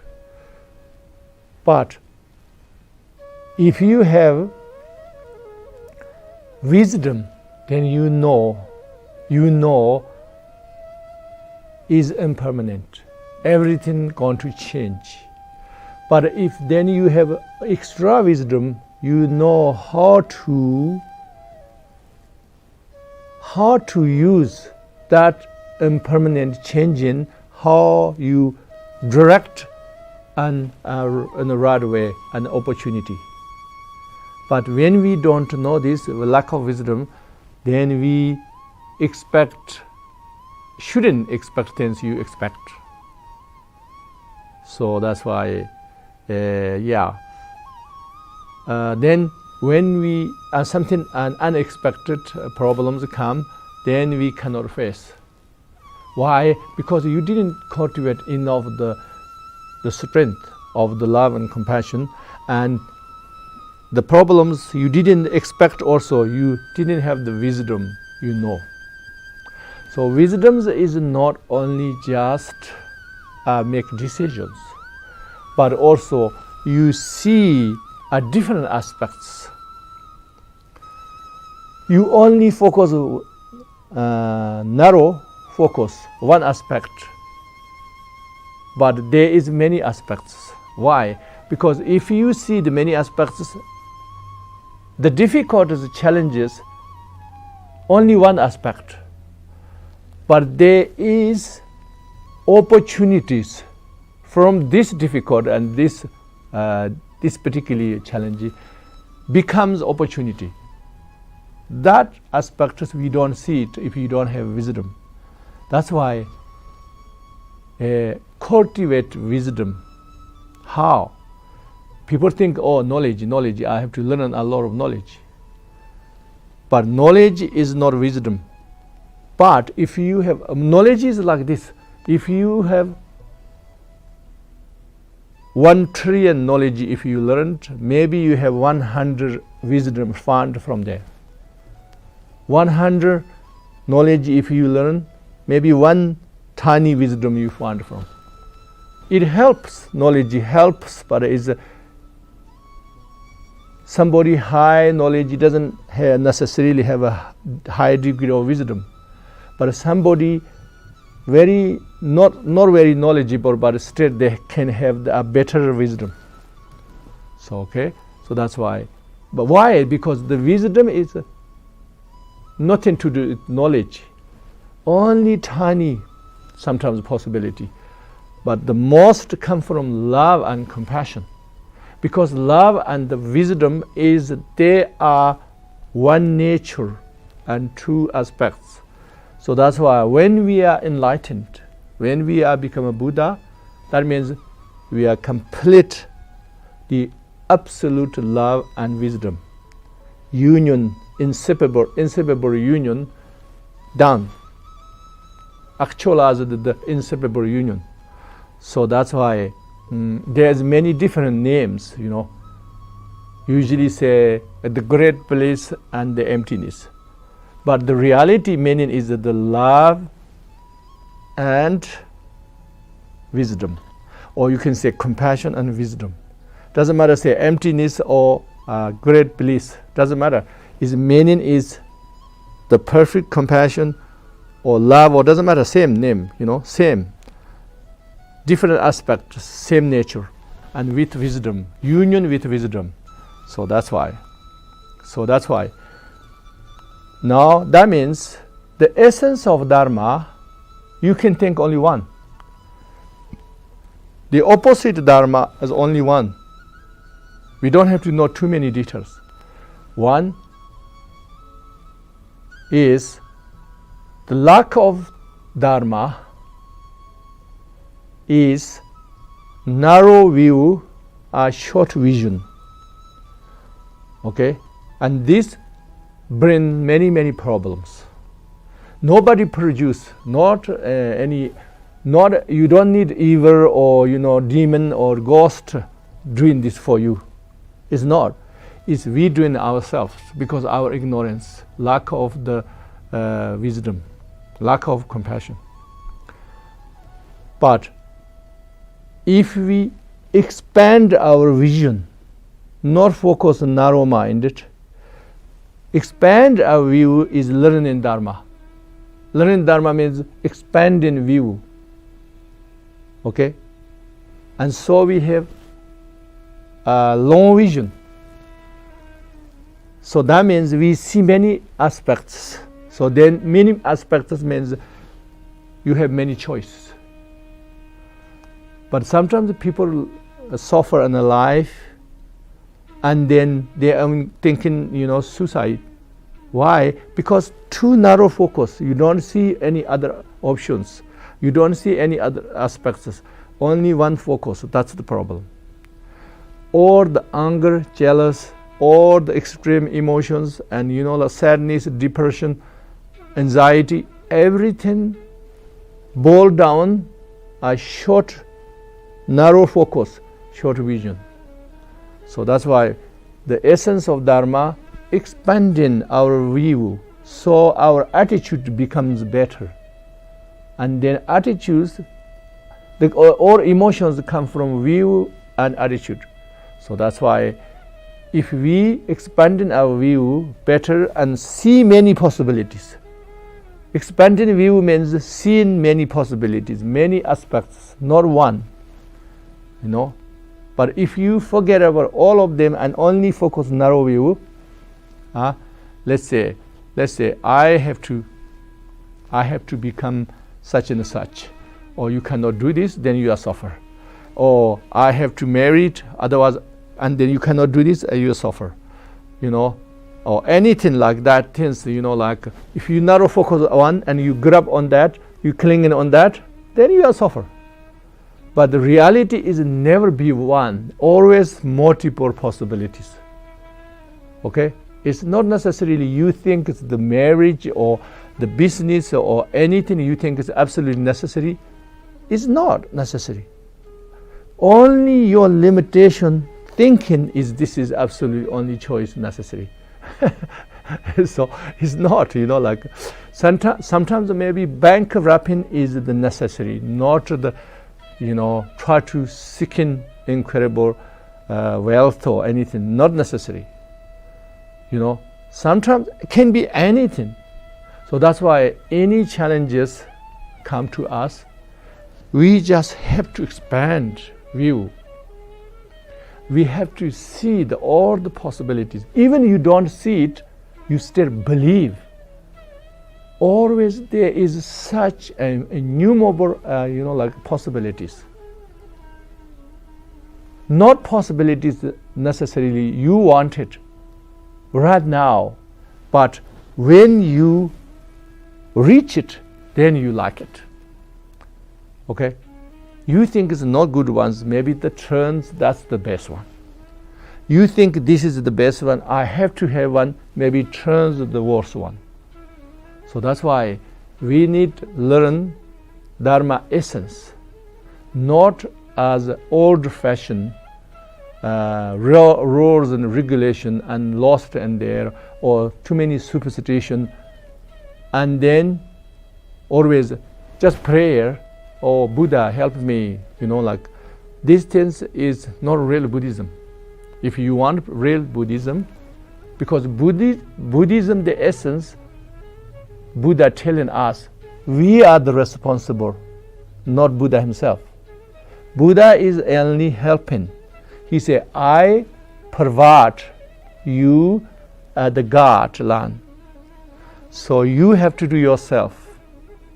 But we not do nothing, we not transform ourselves, we not study, we not practice, we not train in ourselves, and we always just pray, a Buddha help me. This is we have become like a God believer. Same thing. God believers, we are not responsible. God is responsible. Whether we are sent in hell or heaven is God's decision, not our decision. We have no choice, basically. Whatever God do, that's it. But Buddhism means Buddha taught he is not decision person. He cannot do decision because the natural law, the whole universe and everything is not up to Buddha, is not up to God. Buddha saying it is a natural law. So that's why you have to adjust yourself. Then you follow the natural law, then you can enlighten, but not somebody transform you. So that's why if we would like to real Buddhist, then we have to understand this, and then we have to start from our heart. Not just to focus in details or rules, regulations. All the details and rules, regulations helping your heart. If does, then you focus.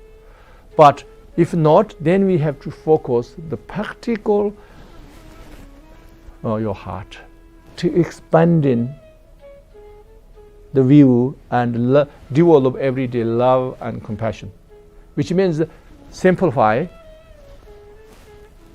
to do some kindness. Always looking for opportunity to be kind. How can I do with my family, with my colleague, with anybody? Try to looking for always how I can make happy people. If you do this, then actually you doing for others, but strengthening yourself. I can guarantee you, if you always looking for that, definitely strengthen yourself. So then some people may be misunderstanding, and then you have to exhaust yourself. That's extreme. You don't need extreme. You just have to focus that. Always opportunity, not exhausting yourself, but always be mindful for the opportunity. How can I can't choose anybody? What I can do is make other people happy. But happy means not always material gift, okay? Material gift is last. Can you see any better way to make them happy? Of course, if you tell them wisdom is the best, but if they listen. But usually they don't listen. So small kindness, they understand, they accept. So that means it's little intelligent people accepting and appreciate person, you tell them wisdom as much as you have. And then people who does not ready, you tell them some kindness. You do some kindness for them. And then they slowly, if they like you, then slowly they will maybe accept your wisdom. But to do this, you have to set up yourself as a good example. So that's why. So this book I talking about the all global religion. Why I want to study all global major religions and a science, which means atheist approach, the quantum physics essence of all of them in this book. Why? We have to know all the traditional values. Anybody, tradition and non-tradition, anybody created, we have to give them some value. But we can't give value without understanding, so that's why. But after you understanding, you can follow one. You don't have to follow everybody. You can follow one, or you integrate whatever is your capacity, we can do that. In that way, we are not discriminate. We don't make problems of discrimination, sectarian, behavior. So we accept and we appreciate each other and helping each other. That's born in our heart. So if we do that, then we create in Shambhala Pure Land in this earth. It's not only you after you die reborn in Shambhala Pure Land, but we can create in this world, in this environment, in this glow, on this earth, we can produce like second Shambhala Pure Land. So that's why I wrote this, and this one is Shambhala publication published and newly and available everywhere, Amazon, Shambhala, and our website, Jordan, it's everywhere. This was step 1, step 2. So this together we can make perfect humanity. Peace, harmony, perfect peace and harmony, golden age. Which means Buddha prophesies, okay, not I made up. Buddha prophesies in our Kalachakra Tantra, Shambhala, golden age, everything. So my website called, my international website called Jordan. So Jordan Foundation. Jordan means a golden age. So here is Rime Institute. Australia, Rime Institute means a non-sectarian approach, unbiased, loving, kindness, compassion. So,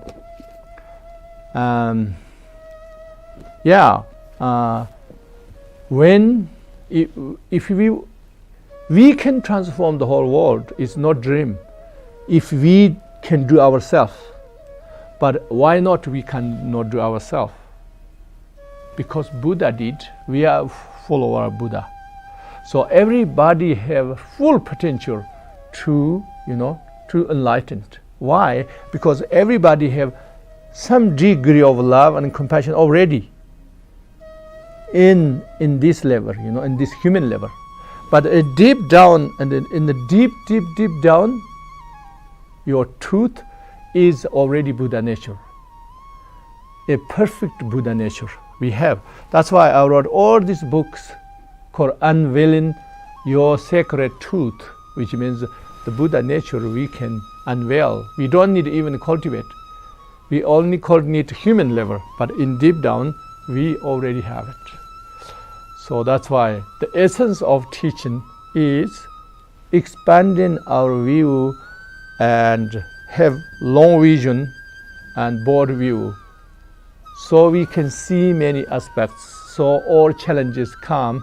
It's not challenging anymore for you. You see as opportunity. So then you have no problem in life. We start from there, and then if you want more details, then we can find out. Thank you very much, Kentro Riponse. Ladies and gentlemen, I hope you enjoyed that little discovery of the Buddhist Institute, the Tibetan traditions. So the next item we've got is the second cooking lessons, which is cooking the main meal, and I'm sure you really look forward to this. So we'll bring Sean back to the space here, and hopefully I'll see you shortly. Cooking demonstration part 2, vegetarian, no meat, no dairy, full vegan. See you there.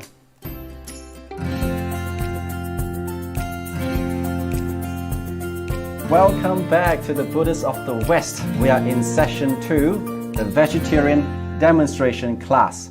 And of course, next to me, we've got Sean from the Food Journey, and he's gonna demonstrate the second dish for today. Thank you, Victor. Now we're going for the second dish, which is called main course in the Western style. So we will start with the tofu, deep fried tofu, already pre-fried, and then the sauce is called avocado sauce, and then the sauteed mushroom with coconut cream, and then after that, the more attractive thing is presentation. Always I was put some powder on your face, especially for the lady. Men also need some touch up. Presentation, yes. The man is for the hair, isn't it? Yeah. Presentation is crucial always. So we start with the sauce first always. Western always start with the longest time to cook, the sauce first. And then we always, no need preheat the pan. We just put the olive oil with a cool pan, and then we put in the coriander and potato. Potato is potatoes, for thickening agent. Just estimate any thickness you like. It's up to you. But the key point, 3 ingredient: potato, coriander, and avocado. So all together, put in. So turn on the heat and then let it dancing on the pot, we call. Okay, so Yep. Sean, just if you can just help with the audience first. Yep. We're now doing the gravy first? Yep.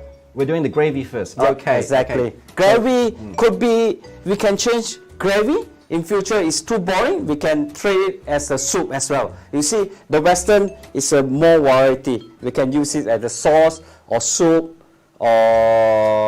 and soup. Yeah, appetizer. Sorry, a bit kanchong. We call nervous today. Never mind. Cool. Just we let the ingredient dancing on the pot. Keep sauteing until all the flavor will come out. You can see he makes some noise already. You see, I'm dancing on the floor. You see, and not on the floor, on the pot. Yep. Right. Yeah. Yes, I can see it now. So potato is a thickening agent, and then the avocado also some more flavor, more creamy, more oily, and then coriander is a one type of the herbs, or it's a fresh ingredient. So we saute a while until slightly the flavor all come up. You can smell the coriander. Victor, you want to smell some? Let me just. Yeah. Yes, I can smell it Yeah. now. Yes. So I always taste my sense of smell by using a spoon as well. We can smell the coriander and then the potato and avocado. Keep stirring. So not too long, briefly about 3 to 5 minutes. It depends. So always people say 3 to 5 minutes is a guideline. Always depend on yourself how you master cooking. Always we say practice make perfect. And then, of course, the water we put in. So there's no need to wait for the potato to go brown. Yeah. No need. No need. No, Okay. just let it boil, and then we just need some saute flavor. At least it's not too boring. Okay. So now you can't see it in the pot, but Yep. the potato is still a bit fresh. That's why the reason I thinly slice and then let the potato cook more faster and then cut off the time. Some people say cooking need long time to cook, and then we can think about the best solution. Like the potato, we cut it thinly slice, and then make the time more faster. And then because it's a vegetarian dish, we need the essence of the taste. The seasoning, yeah? Yeah, seasoning. It's Seasoning. a mushroom powder. Actually, it doesn't strong taste mushroom. It's like the flavor, and then we put some. So this is the seasoning that you Yeah. can buy from the grocery. Yeah. And often in the vegetarian grocery market, you can buy that. And then put some salt. Any salt will do, a bit. And then some pepper, crush. Do not buy I fully recommend do not buy the pepper which is already crushed. You will realize that the pepper that already been crushed the size is cut evenly, and then rather than you crush yourself, it's more flavor. You see, more peppery, right? Yeah. Yes. It's a pleasure. It's a Victor with me, so he can comment and then let him explore new venture how to cook the vegetarian dish in the Yes. proper way. Not proper way, in the call next level. At The least, next level stage, yeah. At least your vegetarian dish not too boring day by day. Yes, and this is, by the way, this is a fusion.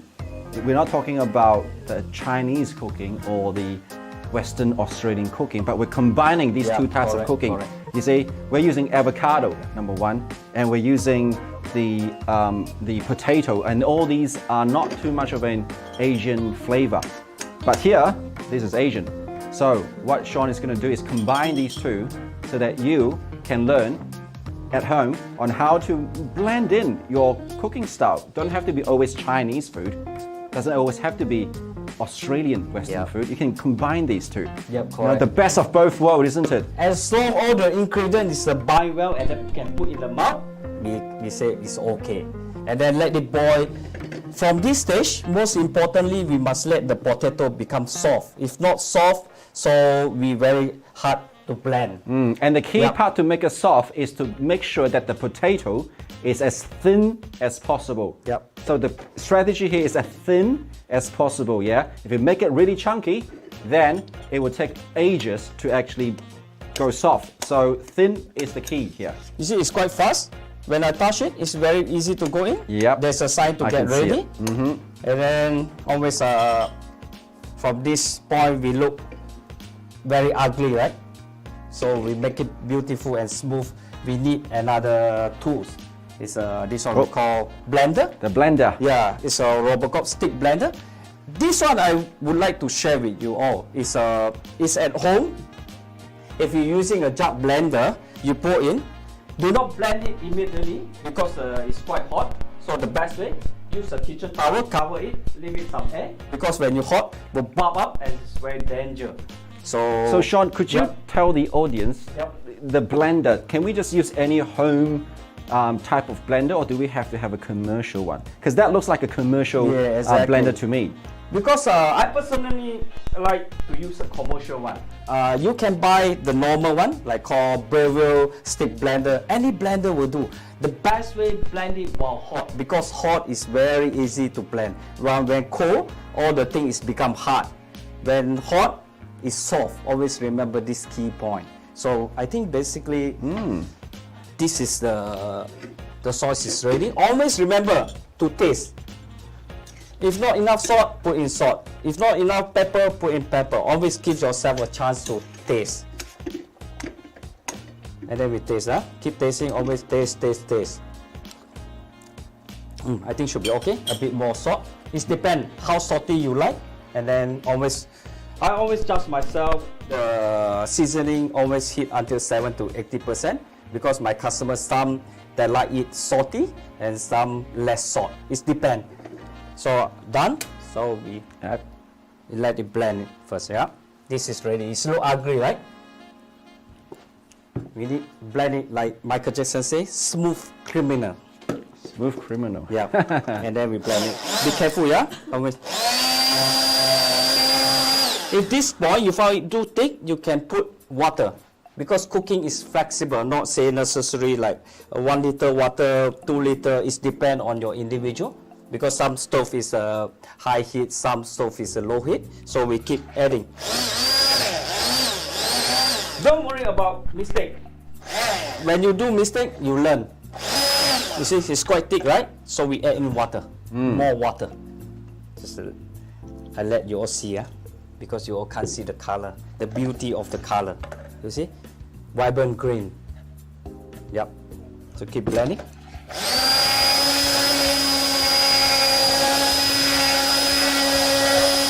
I think basically the consistency is quite okay. If you like thick, leave it. If you like diluted, add more water. And then, of course, the seasoning, salt and pepper.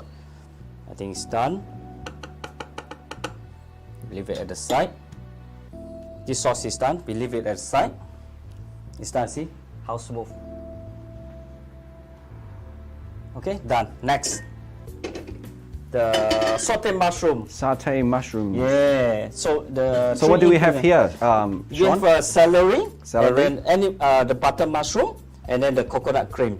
Okay, now coconut milk or coconut cream? Coconut cream, please. Cream, okay, no cream. milk, yeah? Yeah, All right. yeah. We use coconut cream. It's more thickening. So always I say, in a cold pan, we put in the celery diced, and then olive oil. Put in, and then from here, turn on the heat. Not like Chinese cooking or mom. My mom always heat up the oil. Not heat up the oil, heat up the pan, and then put in the oil, and then all the smoke come out. And then in meantime got the smoke, ala ba ba ba ba, it's not good, yeah? And then after that, I found it when you cool pan, put oil, put celery, so all the flavor slowly saute, like it go in, all the flavor come out, not burn in meantime. That's the secret of the cooking. Yes. Yeah. Yes, I remember one of Yep. those. We've been taught that sometimes you heat the oil first, Yeah. then you throw the Yes. vegetable, and all the Wow! And sounds then all coming. the garlic burn already. So thought- in this, not garlic, sorry. I thought that was the only way, but this is second way. This is the Yeah. alternative option. You see, all the celery, and then let the celery infuse in the oil, so he not burn. Like we slowly cooking inside, all the flavor come out already. I always like to use pepper. In meantime, we crush some pepper. Salt and pepper is like husband and wife always. You always remember, yeah? Now in vegetarian, we always need to have food that can give us heat. And pepper, not just any pepper, but the black pepper specifically will give us the heat that we need. So that hence we use black pepper. And not just the brown pepper, but black pepper has the most heatiest essence in it. So basically the celery transparent ready, so all the flavor come out. Okay, then we add in mushroom, yeah? Any mushroom will do, butter mushroom, shimeji mushroom. Chinese mushroom? Chinese mushroom, yeah. Chinese also mushroom? good, yeah. Okay. But doesn't Chinese mushroom takes a bit longer to cook? Chinese mushroom, first of all, you need to soak in the cold water. Remember, soak it in the cold water. Do not boil it. So we put in the mushroom. And then shake, because saute, oh my God, it's fried already. Too much of the shaking. I must let him dancing on the pot. Okay, keep stirring. Okay. Mushroom is quite fast, it's cooking, it's like sponge. From here, we put some coconut cream, not coconut milk, yeah? Coconut cream. And then see the sound seasoning, done ready. And then water always. And then done. Keep a quick stir. Let it boil a bit. And then seasoning. We use some, again, mushroom powder. Mushroom powder yeah. seasoning, yes. A bit. Depend how salty you like. And then some a bit salt. Now for those who are happen to know that the seasoning, the mushroom seasoning, this itself is already salty by its own. So just make sure that you do a couple of tests first so that you can adjust your own taste. Otherwise, nobody's going to eat the food if it's too salty. Okay? Let it boil and then let it infuse a bit. So let all the flavor come up. Yeah. Let the coconut milk and then the mushroom, like called suck. Sorry. Absorb into the sorry. the mushrooms. Sorry, the the words, yes, absorb. And then let the mushroom absorb the coconut flavor, and then slowly. And then because tofu, I deep fry already, so you all can deep fry the tofu in the high heat, and then taste the finishing product. So I will later on present it. How is it? Now anyone can deep fry tofu. You don't need seafood Sean to show you that. All you need is just oil. Heat the oil and put the tofu inside. Now for those who are health conscious, you don't actually have to deep fry at this level. This requires extremely high heat oil. So for those who have a non-stick pan, you can just tap it on the back. As long as the tofu, the exterior part is it's a bit hardened, then that should be fine. Yeah, it's give me some tips. While cooking, always I get some tips from the housewife, and when we go outside today, I get the tips from the Victor. Say, pan fry the tofu. Another good idea. Yes. Very good. Thank you, Victor. For those who are health conscious, because some okay. people doesn't like too much oil, you see, and of course sometimes this can be quite oily. But if you're healthy and fit, oil is not an issue. Another is like luxury. They use olive oil to deep fry. Oh, this I think too much already. Yeah. Too much, yes. Olive oil. Luxury. Luxury. Yeah. Some people say olive oil cannot heat like very high level for deep fry, but some can be used for deep fry. You see, you reach a certain heat like 80%, not like 100%, like smoky. Yes. Yep. Nowadays, Sean, you can actually buy different types of olive oil. Yep. Some olive oil is for just normal daily dressing. You can just put onto your food. Some olive oil, it says cooking or for deep fry. Those are the ones I think you can cook and at a very high heat, and it should be safe. Yes. See, today I learned a lot of tips from Victor. Oh no. Like you always say, sharing is caring. Yes, sharing is caring. Actually, we are now teaching you as an audience how to cook vegetarian meal, so that you don't have to think that, oh, this is too difficult. We are trying to decipher vegetarian meal in the most simplified way, and that's why we have Sean here today to show you how simple it is to cook vegetarian meals. Within next 10 minutes? I think should be 10 minutes. Yeah. We make it like 20 minutes the most. Yeah. Actually, cooking is easy. Always remember. Because we're actually demonstrating, that's why we're taking this long. Yeah, but if we are really do it at our home, once you know the ingredient and how to cook, then it should be as straightforward as 5 to 6 minutes. Yeah. Let the coconut milk, let the mushroom also until slightly thicken a bit. So, we keep shaking. So it's almost like a cream base now. Yes, exactly. In the Italian flavor, this is almost like called the mushroom alla panna. Wow. But this is the vegetarian Chinese version. See, the Victor have a lot of experience with dining out, yeah? Oh yeah, Not carbonara, right? not carbonara, alla panna. Very good. So I think almost there. So we let the mushroom observe the cream of the coconut, and then we present it. There is the avocado sauce. We put in the center of the plate. And remember what Sean said, decoration and presentation is number one. It's not just about putting all the food and dump it onto the plate. It's about beautifying it. Correct. What was the metaphor you used? It's like powdering, isn't it? Yeah, makeup. It's like makeup. It's like makeup. Yeah. This one can treat it as a soup, as I mentioned early on. Not necessarily be used as like the dressing for the tofu. You see. I think it's almost done already. And then we put tofu in.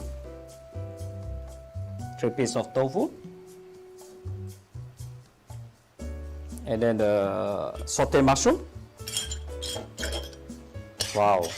Full of the coconut flavor.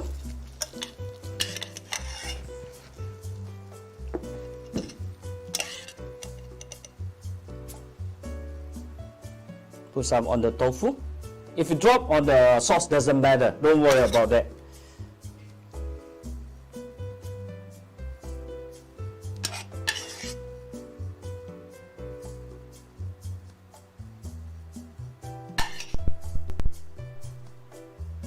Nice.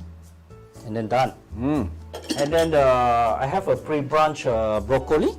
So just blanch in the hot boiling water, and then drizzle some olive oil, and then a bit of salt, and then that's it. And then have a quick stir. That's it. And then we put at the side here. 2 at the side. Then make it beauty. And then this is done. And then not done yet. So a bit more touch up. This is almost like a fine dining presentation, isn't it? Yeah. Actually, everybody can do the fine dining dish at home, not necessarily go to the restaurant. You see. This looks very expensive, by the way. if we go to Crown, a dish like this, I'll let you finish this. But this is like. And then we put some coriander on top. We put coriander on top. Okay. We have a green today. We go for green, right? Yes, green. And then a bit funny if you use a green tea powder. Oh. Yep. We do some shaking for the green tea powder. A bit touch. To the side here. If you want more to the next level, a bit of pepper. Remember just now I use charcoal salt Then just now I'm using sea salt flake, just a bit more flavor. I think basically this dish you can trade it, can eat it with the rice, eat it with your own. I think it's fine. I think basically this is the dish for the main course. Yep. Done. So, yeah, done. That's it. Thank you. Thank you. Wow, just look at this for the camera.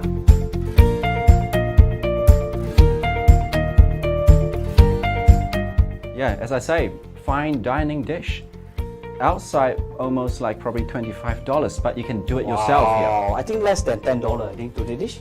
This is So you see have a balance of the sauce and then the balance of a bit of mushroom. I think basically that's it for the main course. This is just to show to you how easy it is to actually cook your own dish and present it in a fine dining display. So this is 100% vegan. 100% vegan. Vegan. No meat.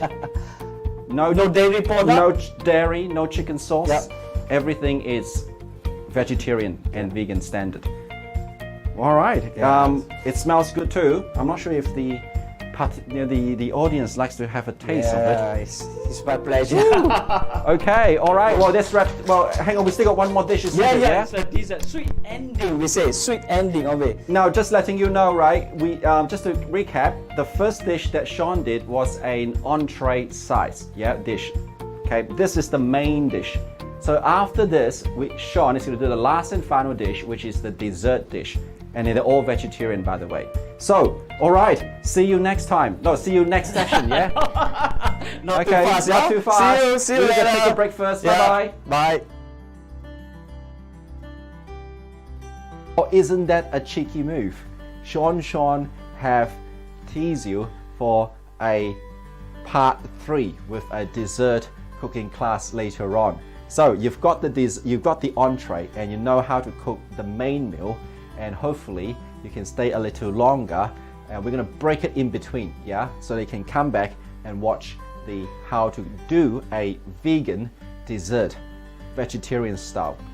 But anyway, we've got a very exciting Dharma Master guest who's gonna talk Dharma for you and to you and introduce Buddhism to you in a very interesting way. So who is he? We are blessed to invite Dharma Master. I'm not going to disclose the name. He is from the city of 10,000 Buddha, a monastery in Talmadge, Ukiah, California. Yep, all the way in the state, from the state. And he is a close disciple of the late Grand Master, Master Xuan Hua. He is well known for a pilgrimage that he made for 2 years and 6 months in the 1977 to 1979, and which was also known as the 3 steps 1 bow. That pretty much means like you walk 3 steps and you bow, right? As you can see in the picture. Throughout the entire 2.5 years, it's a very popular world peace event. Now, I would like to say that this is a blessing, a privilege for us to invite this Dharma Master. So amazing you sitting there in front of the PC or wherever you are on your iPhone or iPad, please welcome Reverend Henshe from the city of 10,000 Buddha, representing the Melbourne Dharma realm on behalf of the Gold Coast Dharma realm. Let's get into it.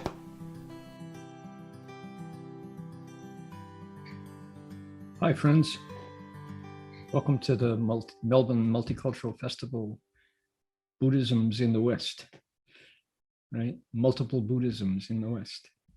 My name is Reverend Henshe, and it's nice to be with you.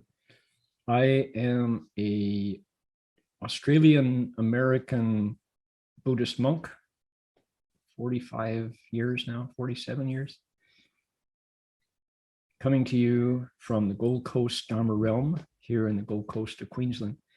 And my tradition is the Chinese Mahayana. In the Chinese world, we say Han Chuan Fo Jiao. The Mahayana the northern tradition, we call it, that came down through China. And Australia is part of the Buddhist diaspora. Can you talk about it like that? How Buddhism is spread to the West. I first met Buddhism where I grew up in Ohio, the state of Ohio in the United States. And I continued my studies through the University of California, Berkeley, studying academic Buddhism, learning the languages. And then I met my teacher, the late Chan Master Venerable Shang Xuan Xiahua, Lao He Shang, we say, Master Xuan Hua, known in, at the time, Gold Mountain Monastery in San Francisco, known as the Abbot Xuan Hua, and then later at the City of 10,000 Buddhas. So that's my lineage. And I'm one of those Buddhists who learned his Buddhism completely in America, in the West. My teacher, my religious teacher, Master Xuan Hua, was a pioneer. He was one of the monks who came from China to the West, bringing with him the monastic tradition, how to create monks and nuns. And he landed in California in 1962, and he taught straight through until his nirvana 1995. And the seeds that he planted are continuing. They're certainly flourishing now. Dharma Realm Buddhist University, drbu.org. I highly recommend Dharma Realm, DHARMA, REALM, Buddhist University, DRBU, Chinese known as 法界佛教大学. So if you go check out drbu.org, you'll see one way that Master Hua strongly identified Buddhism with education in the West in the 20th and 21st century. So that's, I remember one of our early academic luminaries, Professor Bob Thurman, said, Buddhism won't really make it until the West, until people are educated in the Buddhist tradition, until we have places where people can go and dig deep, can dive deep into the textual tradition, into the liturgies and the ceremonies, yes, but to understand them as a piece of the larger system of education that is Buddhism. So at Dharma Realm Buddhist University, that promise, Professor Thurman's pointing to the necessity for a place to learn about the entire tradition of Buddhism, 2,500 years.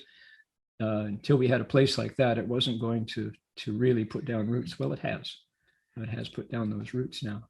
Here in Australia, certainly it is the case. We are a place of great Buddhist diversity here with Mahayana, Theravada, Vajrayana. We have Buddhists from Vietnam, we have Buddhists from Sri Lanka, we have Buddhists from Thailand, we have Buddhists from Taiwan, Buddhists from China. We have Zen, we have the Tibetan traditions, the variety of them. We have indeed homegrown Buddhists who came through mindfulness, right? Who came through a Vipassana 10-day retreat, who picked up a book, Buddhist sympathizers. Who else do we have? We have wounded Catholics, right? We have Jubus, Jewish Buddhists. We have folks who came through science, who said, I really am impressed with how the flower garland, the Avatamsaka Sutra, talks about the cosmos. It's the closest thing to quantum mechanics that we have found in any living system. So people have come through science to Buddhism. Other people say things like, when I'm a mathematician and when I crunch my numbers, I see the face of God, right?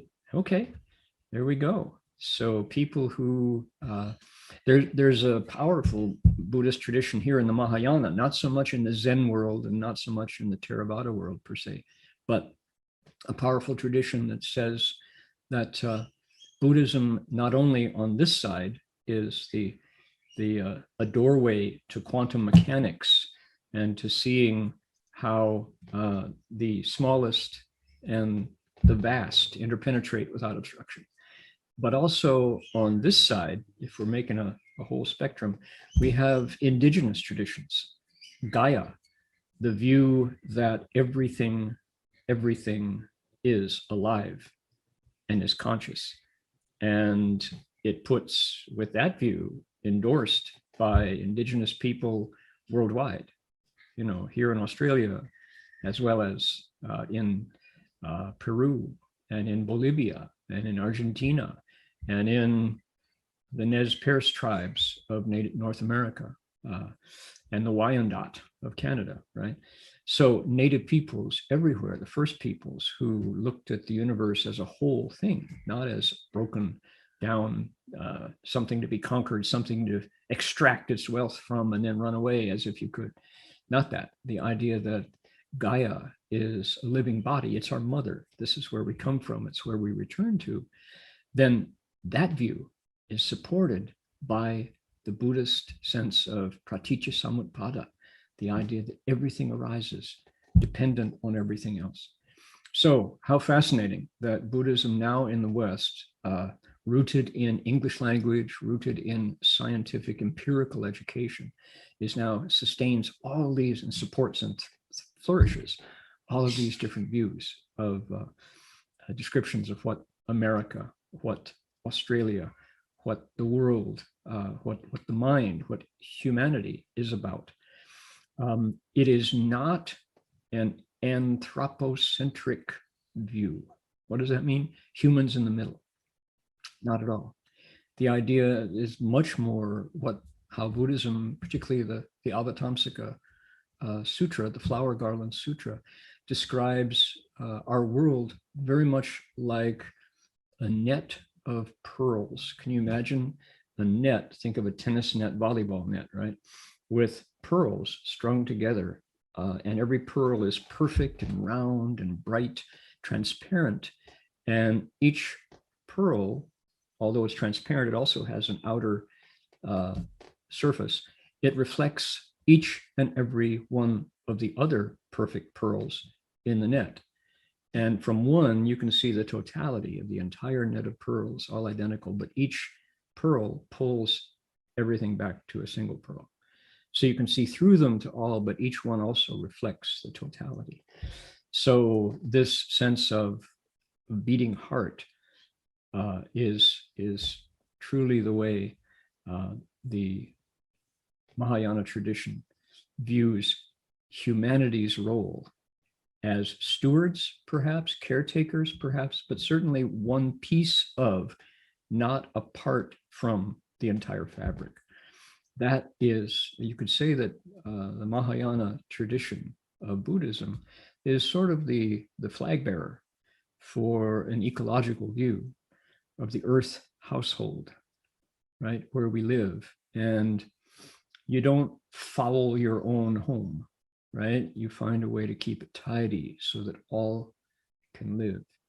One very important part of the Mahayana tradition is how you nourish your body. And we are strongly involved in a diet that doesn't involve harm. If I can eat and nourish my body and flourish in a way that doesn't involve killing other beings, you don't have to die in order that I can live, then I'm happy to do that. That's the world I want to live in, where no animal has to be afraid of me, no bird, no fish has to fear that I will consume its body in order to nourish mine. The earth can feed us all if we eat simply, if we eat plant-based. We live longer, we live healthier.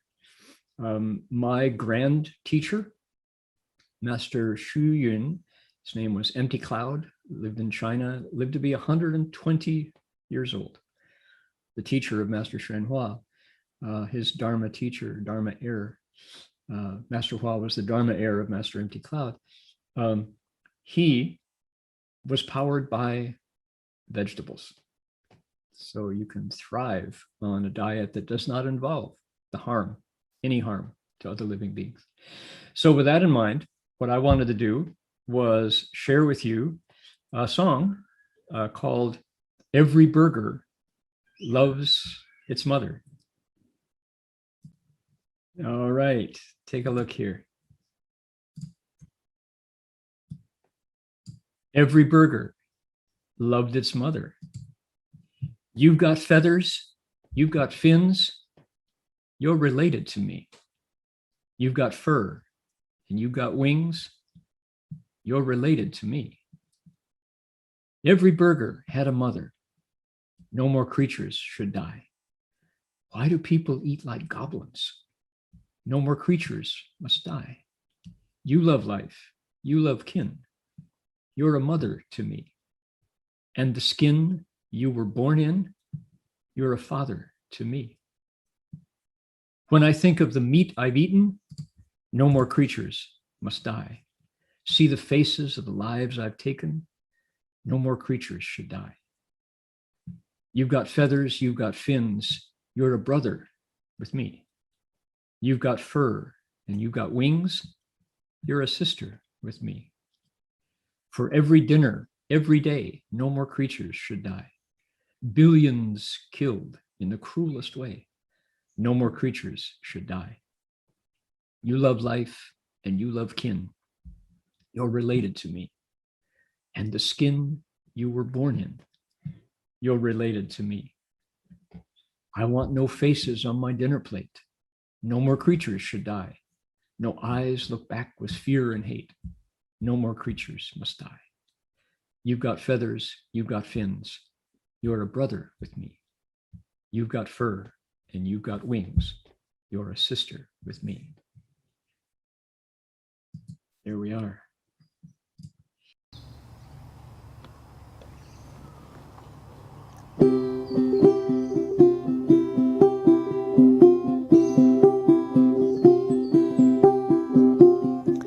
Every burger had a mother, no more creature should die.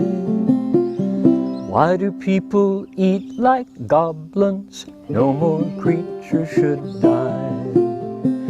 I love life and I love kin, you're related to me. I love the skin I was born in, you're related to me. For every dinner, every day, no more creature should die. Billions served in the cruelest way, no more creature should die. I love life and I love kin, you're related to me. I love the skin I was born in, you're related to me. I'm sad when I think of the meat I've eaten, no more creature should die. See the faces of the lives I've taken, no more creature should die. You've got feathers, you've got fins, you're related to me. You've got fur and you've got wings, you're related to me. I want no more faces on my dinner plate, no more creature should die. No eyes look back with fear and hate, no more creature should die. The calf can hear his mother cry, they're related to me. She must know they're about to die, you're related to me. You've got feathers, you've got fins, you're related to me. You've got fur and you've got wings, you're related to me. Do you remember who you've been? You're related to me. Fur or feathers, scales or fins, you're related to me. You love life and you love kin, you're related to me. You love the skin you were born in, you're related to me. So that's a little bit about how the Chinese Mahayana, the tradition through China, talks about ways to remove ourselves from this notion of anthropocentric humans in the middle view of the world, which has nearly killed off every other species. Why do we live in a way that is so toxic, so harmful to every other creature with whom we share the planet, right? Now, what are we talking about? Well, this is called great compassion. The Chinese call it tongti dabe, same body, great compassion. And if there were any being in the Chinese tradition who embodies this view, who exemplifies this view, it would certainly be Guanyin Bodhisattva, the compassionate, awakened being who hears the sounds of the world, right? That's Guanyin's name. And if you look behind me here on my desktop, this is an image of Guanyin Bodhisattva. And yes, indeed, she does look a lot like the Blessed Virgin of Roman Catholicism. Who came first? Who was the original? Well, we don't have to worry about that so much. What's good to do is to say, how come the billion plus Roman Catholics on the planet and how many billions of Buddhists on the planet, all when they reach for compassion in their hearts, come up with something like Guanyin or the Blessed Virgin. Mother Mary, indeed, the Holy Blessed Virgin and Guanyin Bodhisattva look so much alike. Why do we fight among ourselves? Why do we need to have a first and a last, right? This is where humanity looks and reaches for when we need to find that place of tongti, same body, great compassion. There's a song that I'd like to share with all of you, written by a friend of mine named Jennifer Barazon. Jennifer is a Canadian-American songwriter from Berkeley, California, who has penned a song called She Carries Me. And She Carries Me is just one of the most evocative songs about Guanyin Bodhisattva on the planet. It just calls to mind this thought of compassion when we sing it, when we reach for this, when we need a place to go that uncritically, without judgment, extends a hand to help us when we have a need. How does Guanyin teach? She appears in the Lotus Sutra, the Dharma Flower Sutra called the Lotus. She appears in that text, chapter 25. The chapter is called the Universal Doorway. And Guanyin says, whoever needs a hand, whoever is in trouble and needs a helping hand, just recite my name, Namo Guanyin Bodhisattva. Namo means I return to. I find true security, homeland security in Guanyin. Namo, I return to, I take refuge in, I return to for my safety and security to Guanyin, two Chinese words that mean contemplating sounds and voices. Bodhisattva. So Namo Guanyin Bodhisattva, the awakened being. I return to the awakened being who hears the sounds of the world. That's how the Universal Doorway chapter teaches. So I'm going to share my screen again. Here we go. And show you, here we are. She carries me, Guanyin Bodhisattva. She carries me, she carries me, she carries me to the other side. She is a boat, she is a light, high on a hill in the dark of night. She is a wave, she is the deep. She is the dark where the angels sleep. When all is still and peace abides, she carries me to the other side. She carries me, she carries me, she carries me to the other side. Though I walk through valleys deep and shadows chase me in my sleep, On rocky cliffs, I stand alone. I have no name, I have no home. With broken wings, I long to fly. She carries me to the other side.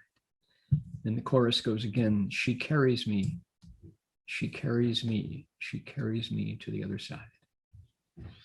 1,000 arms, 1,000 eyes, 1,000 ears to hear my cries. She is the gate. She is the door. She leads me through and back once more. When day has dawned and death is nigh, she carries me to the other side. She carries me, she carries me, she carries me to the other side.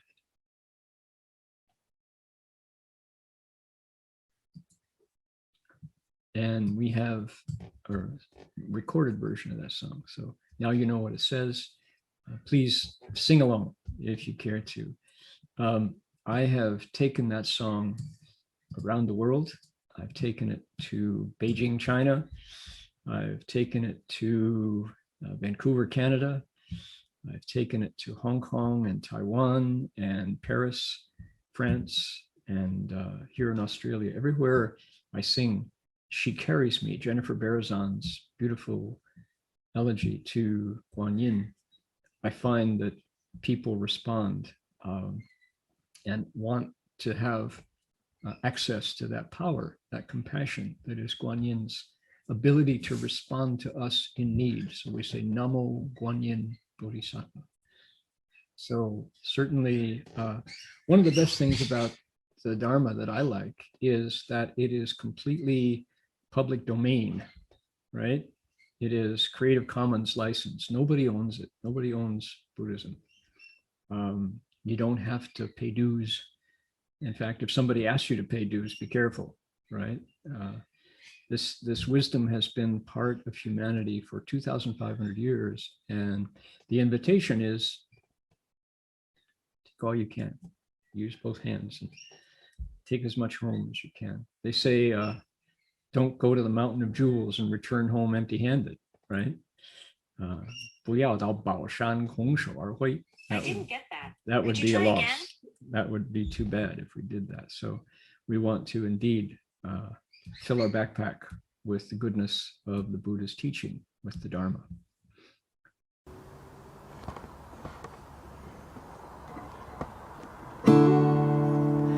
She is bold,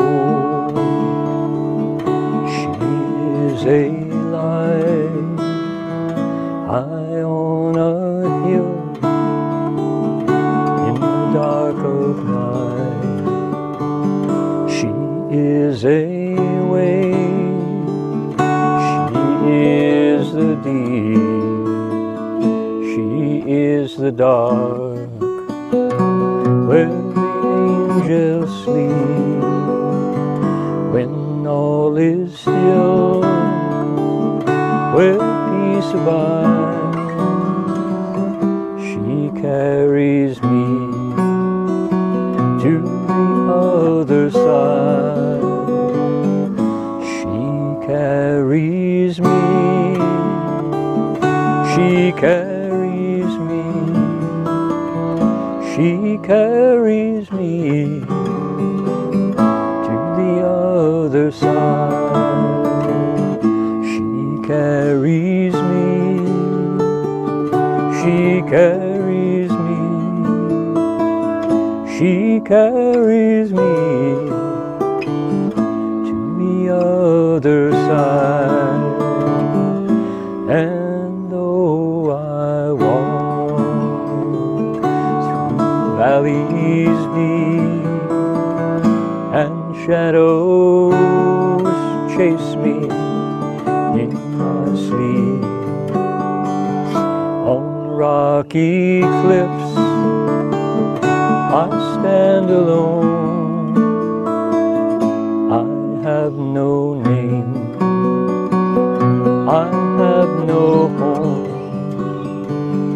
With broken wings I long to fly.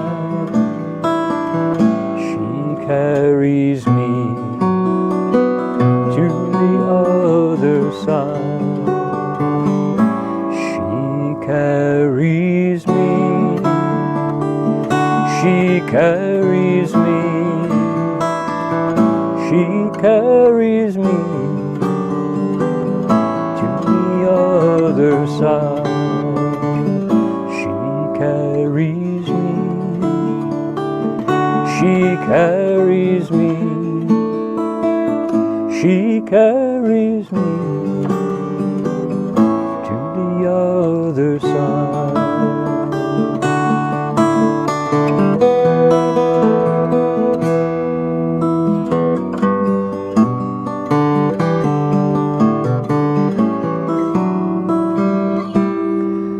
A thousand arms, a thousand eyes, a thousand ears to hear my cries.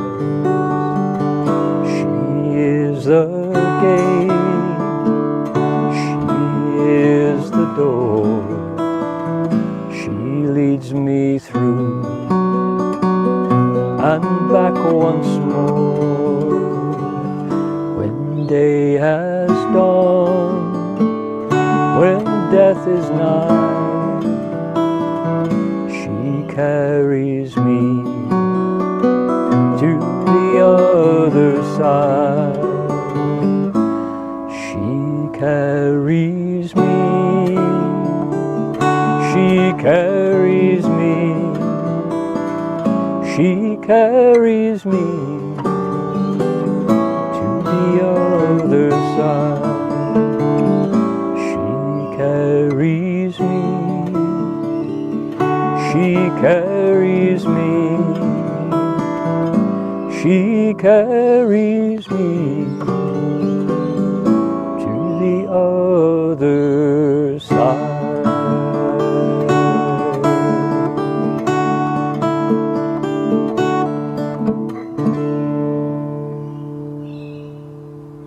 Welcome back. Now, and I hope you enjoyed Reverend Henshe Dharma talk. Now, he actually will do another Dharma talk in the next phase. So there will be 2 Dharma talk that he's doing. You've seen part 1. He'll be doing a part 2 later on. So make sure that you stick around in this curriculum and program. Our next item on the list is actually AYTM, the Avalokitesvara Yuento Monastery. So let's take it to them. And actually, I'm the speaker, so I'll see you there shortly. Okay? Chill.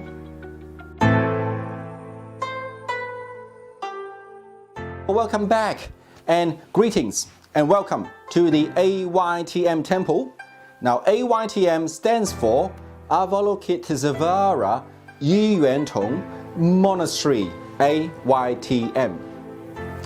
It simply means Guan Yin's temple, the compassionate bodhisattva, which we always chant the compassionate mantra, 大悲咒. It's Guan Yin's 大悲咒. So welcome. Now in this show, I'm gonna just briefly explain to you the temple, what the temple does, and the type of activities. So here we go. So the objective of the AYTM temple is of course to propagate Dharma and the proper Dharma, and ultimately is to help visitors and or yourself disciples or any members who wants to learn Buddhism to cultivate inner peace and wisdom. And as you can see, this is our base. Currently it is pretty humble and basic, but the temple AYTM is working towards a bigger one, as you can see here. At AYTM there are plenty of Dharma related activities and practices. Now of course, learning Buddhism, most of the actual core practice is actually for lay people, lay person like us, is the bowing of Buddha's name. So there are lots and lots of Buddha's name. So we bow to each one of them, and hopefully we can eradicate our karmic offenses. So one of the practice is bowing to the Buddha. We've got 3,000 Buddha repentance ceremony, and besides from the repentance ceremony, they've also have, in terms of activities, such as the sutra recitation, which such as reciting the Filial Piety Sutra, the Medicine Buddha Sutra, the Diamond Sutra, and a lot more. So come in and participate in the sutra. Now, why do we have to recite those sutras and the repentance ceremony? It is one of the ways to eradicate our karmic offenses. Now, besides from the practice, we've also have the memorization training. We are training our visitors and members on the Shuragama mantra, the king of all mantras. There's a lot of verse in it, and we are training them. So if you're interested to learn how to memorize the Shuragama mantra, come to AYTM. We'll get you trained up so that you can memorize it, recite it wherever you are. It's a protection cleansing mantra that creates and protects anyone that you have in your heart. And then we also have the practice of certain liturgy as to eradicate our karmic offense and for healing things. Now, in terms of activities, there are Tai Chi for harmony, there are sutra writing, there is also vegetarian cooking classes if the interests are high. We've also have the meditation sessions and a lot more as well. So again, inquire, contact AYTM for more information and sign up and become a member of their emailing list. Alright, that's all from here. See you in the next show. I hope you enjoyed the little presentation from AYTM. Now the next entertainment would be a demonstration of the sutra writing. So let's pass it to the sutra writing classes for them to explain what is it, what's it for, and why is a beneficial activity to cultivate inner peace. So let's welcome the sutra writing demonstrators demonstration to demonstrate the sutra writing activity for you.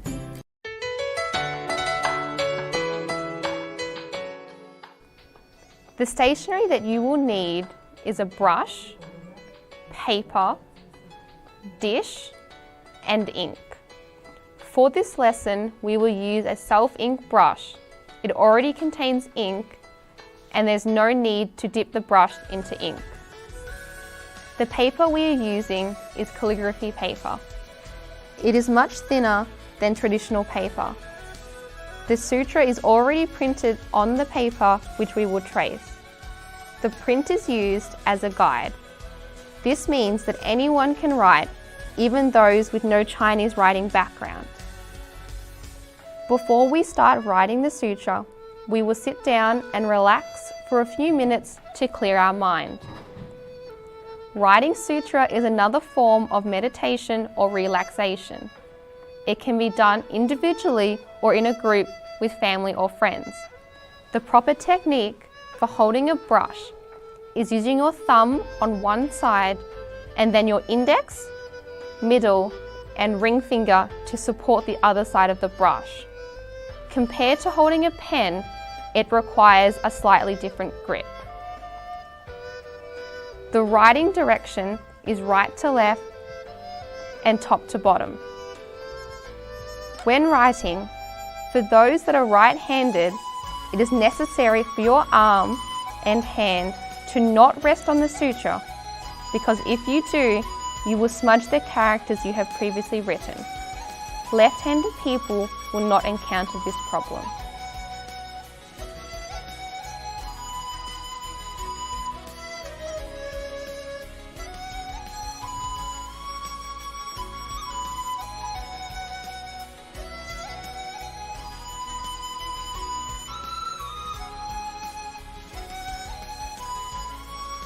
As you can see, The model has started on the right-hand side and has started at the top and is slowly writing downwards towards the bottom.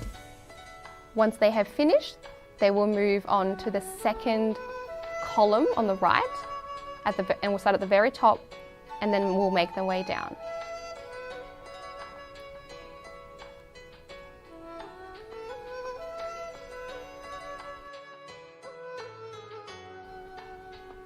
As is clear, sutra writing is very relaxing. It is done at a slow pace and is not quick at all.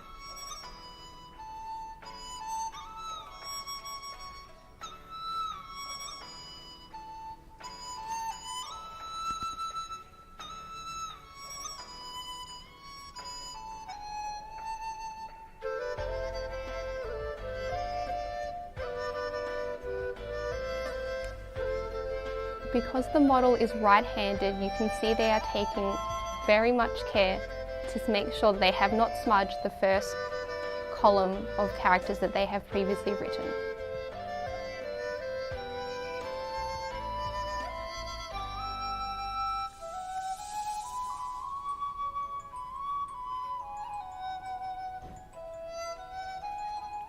If you find it difficult when you're writing to not have your hand or your arm resting on the sutra, this is the next best solution. To be very aware of where you're placing your hand and your arm to make sure you're not destroying your previous work.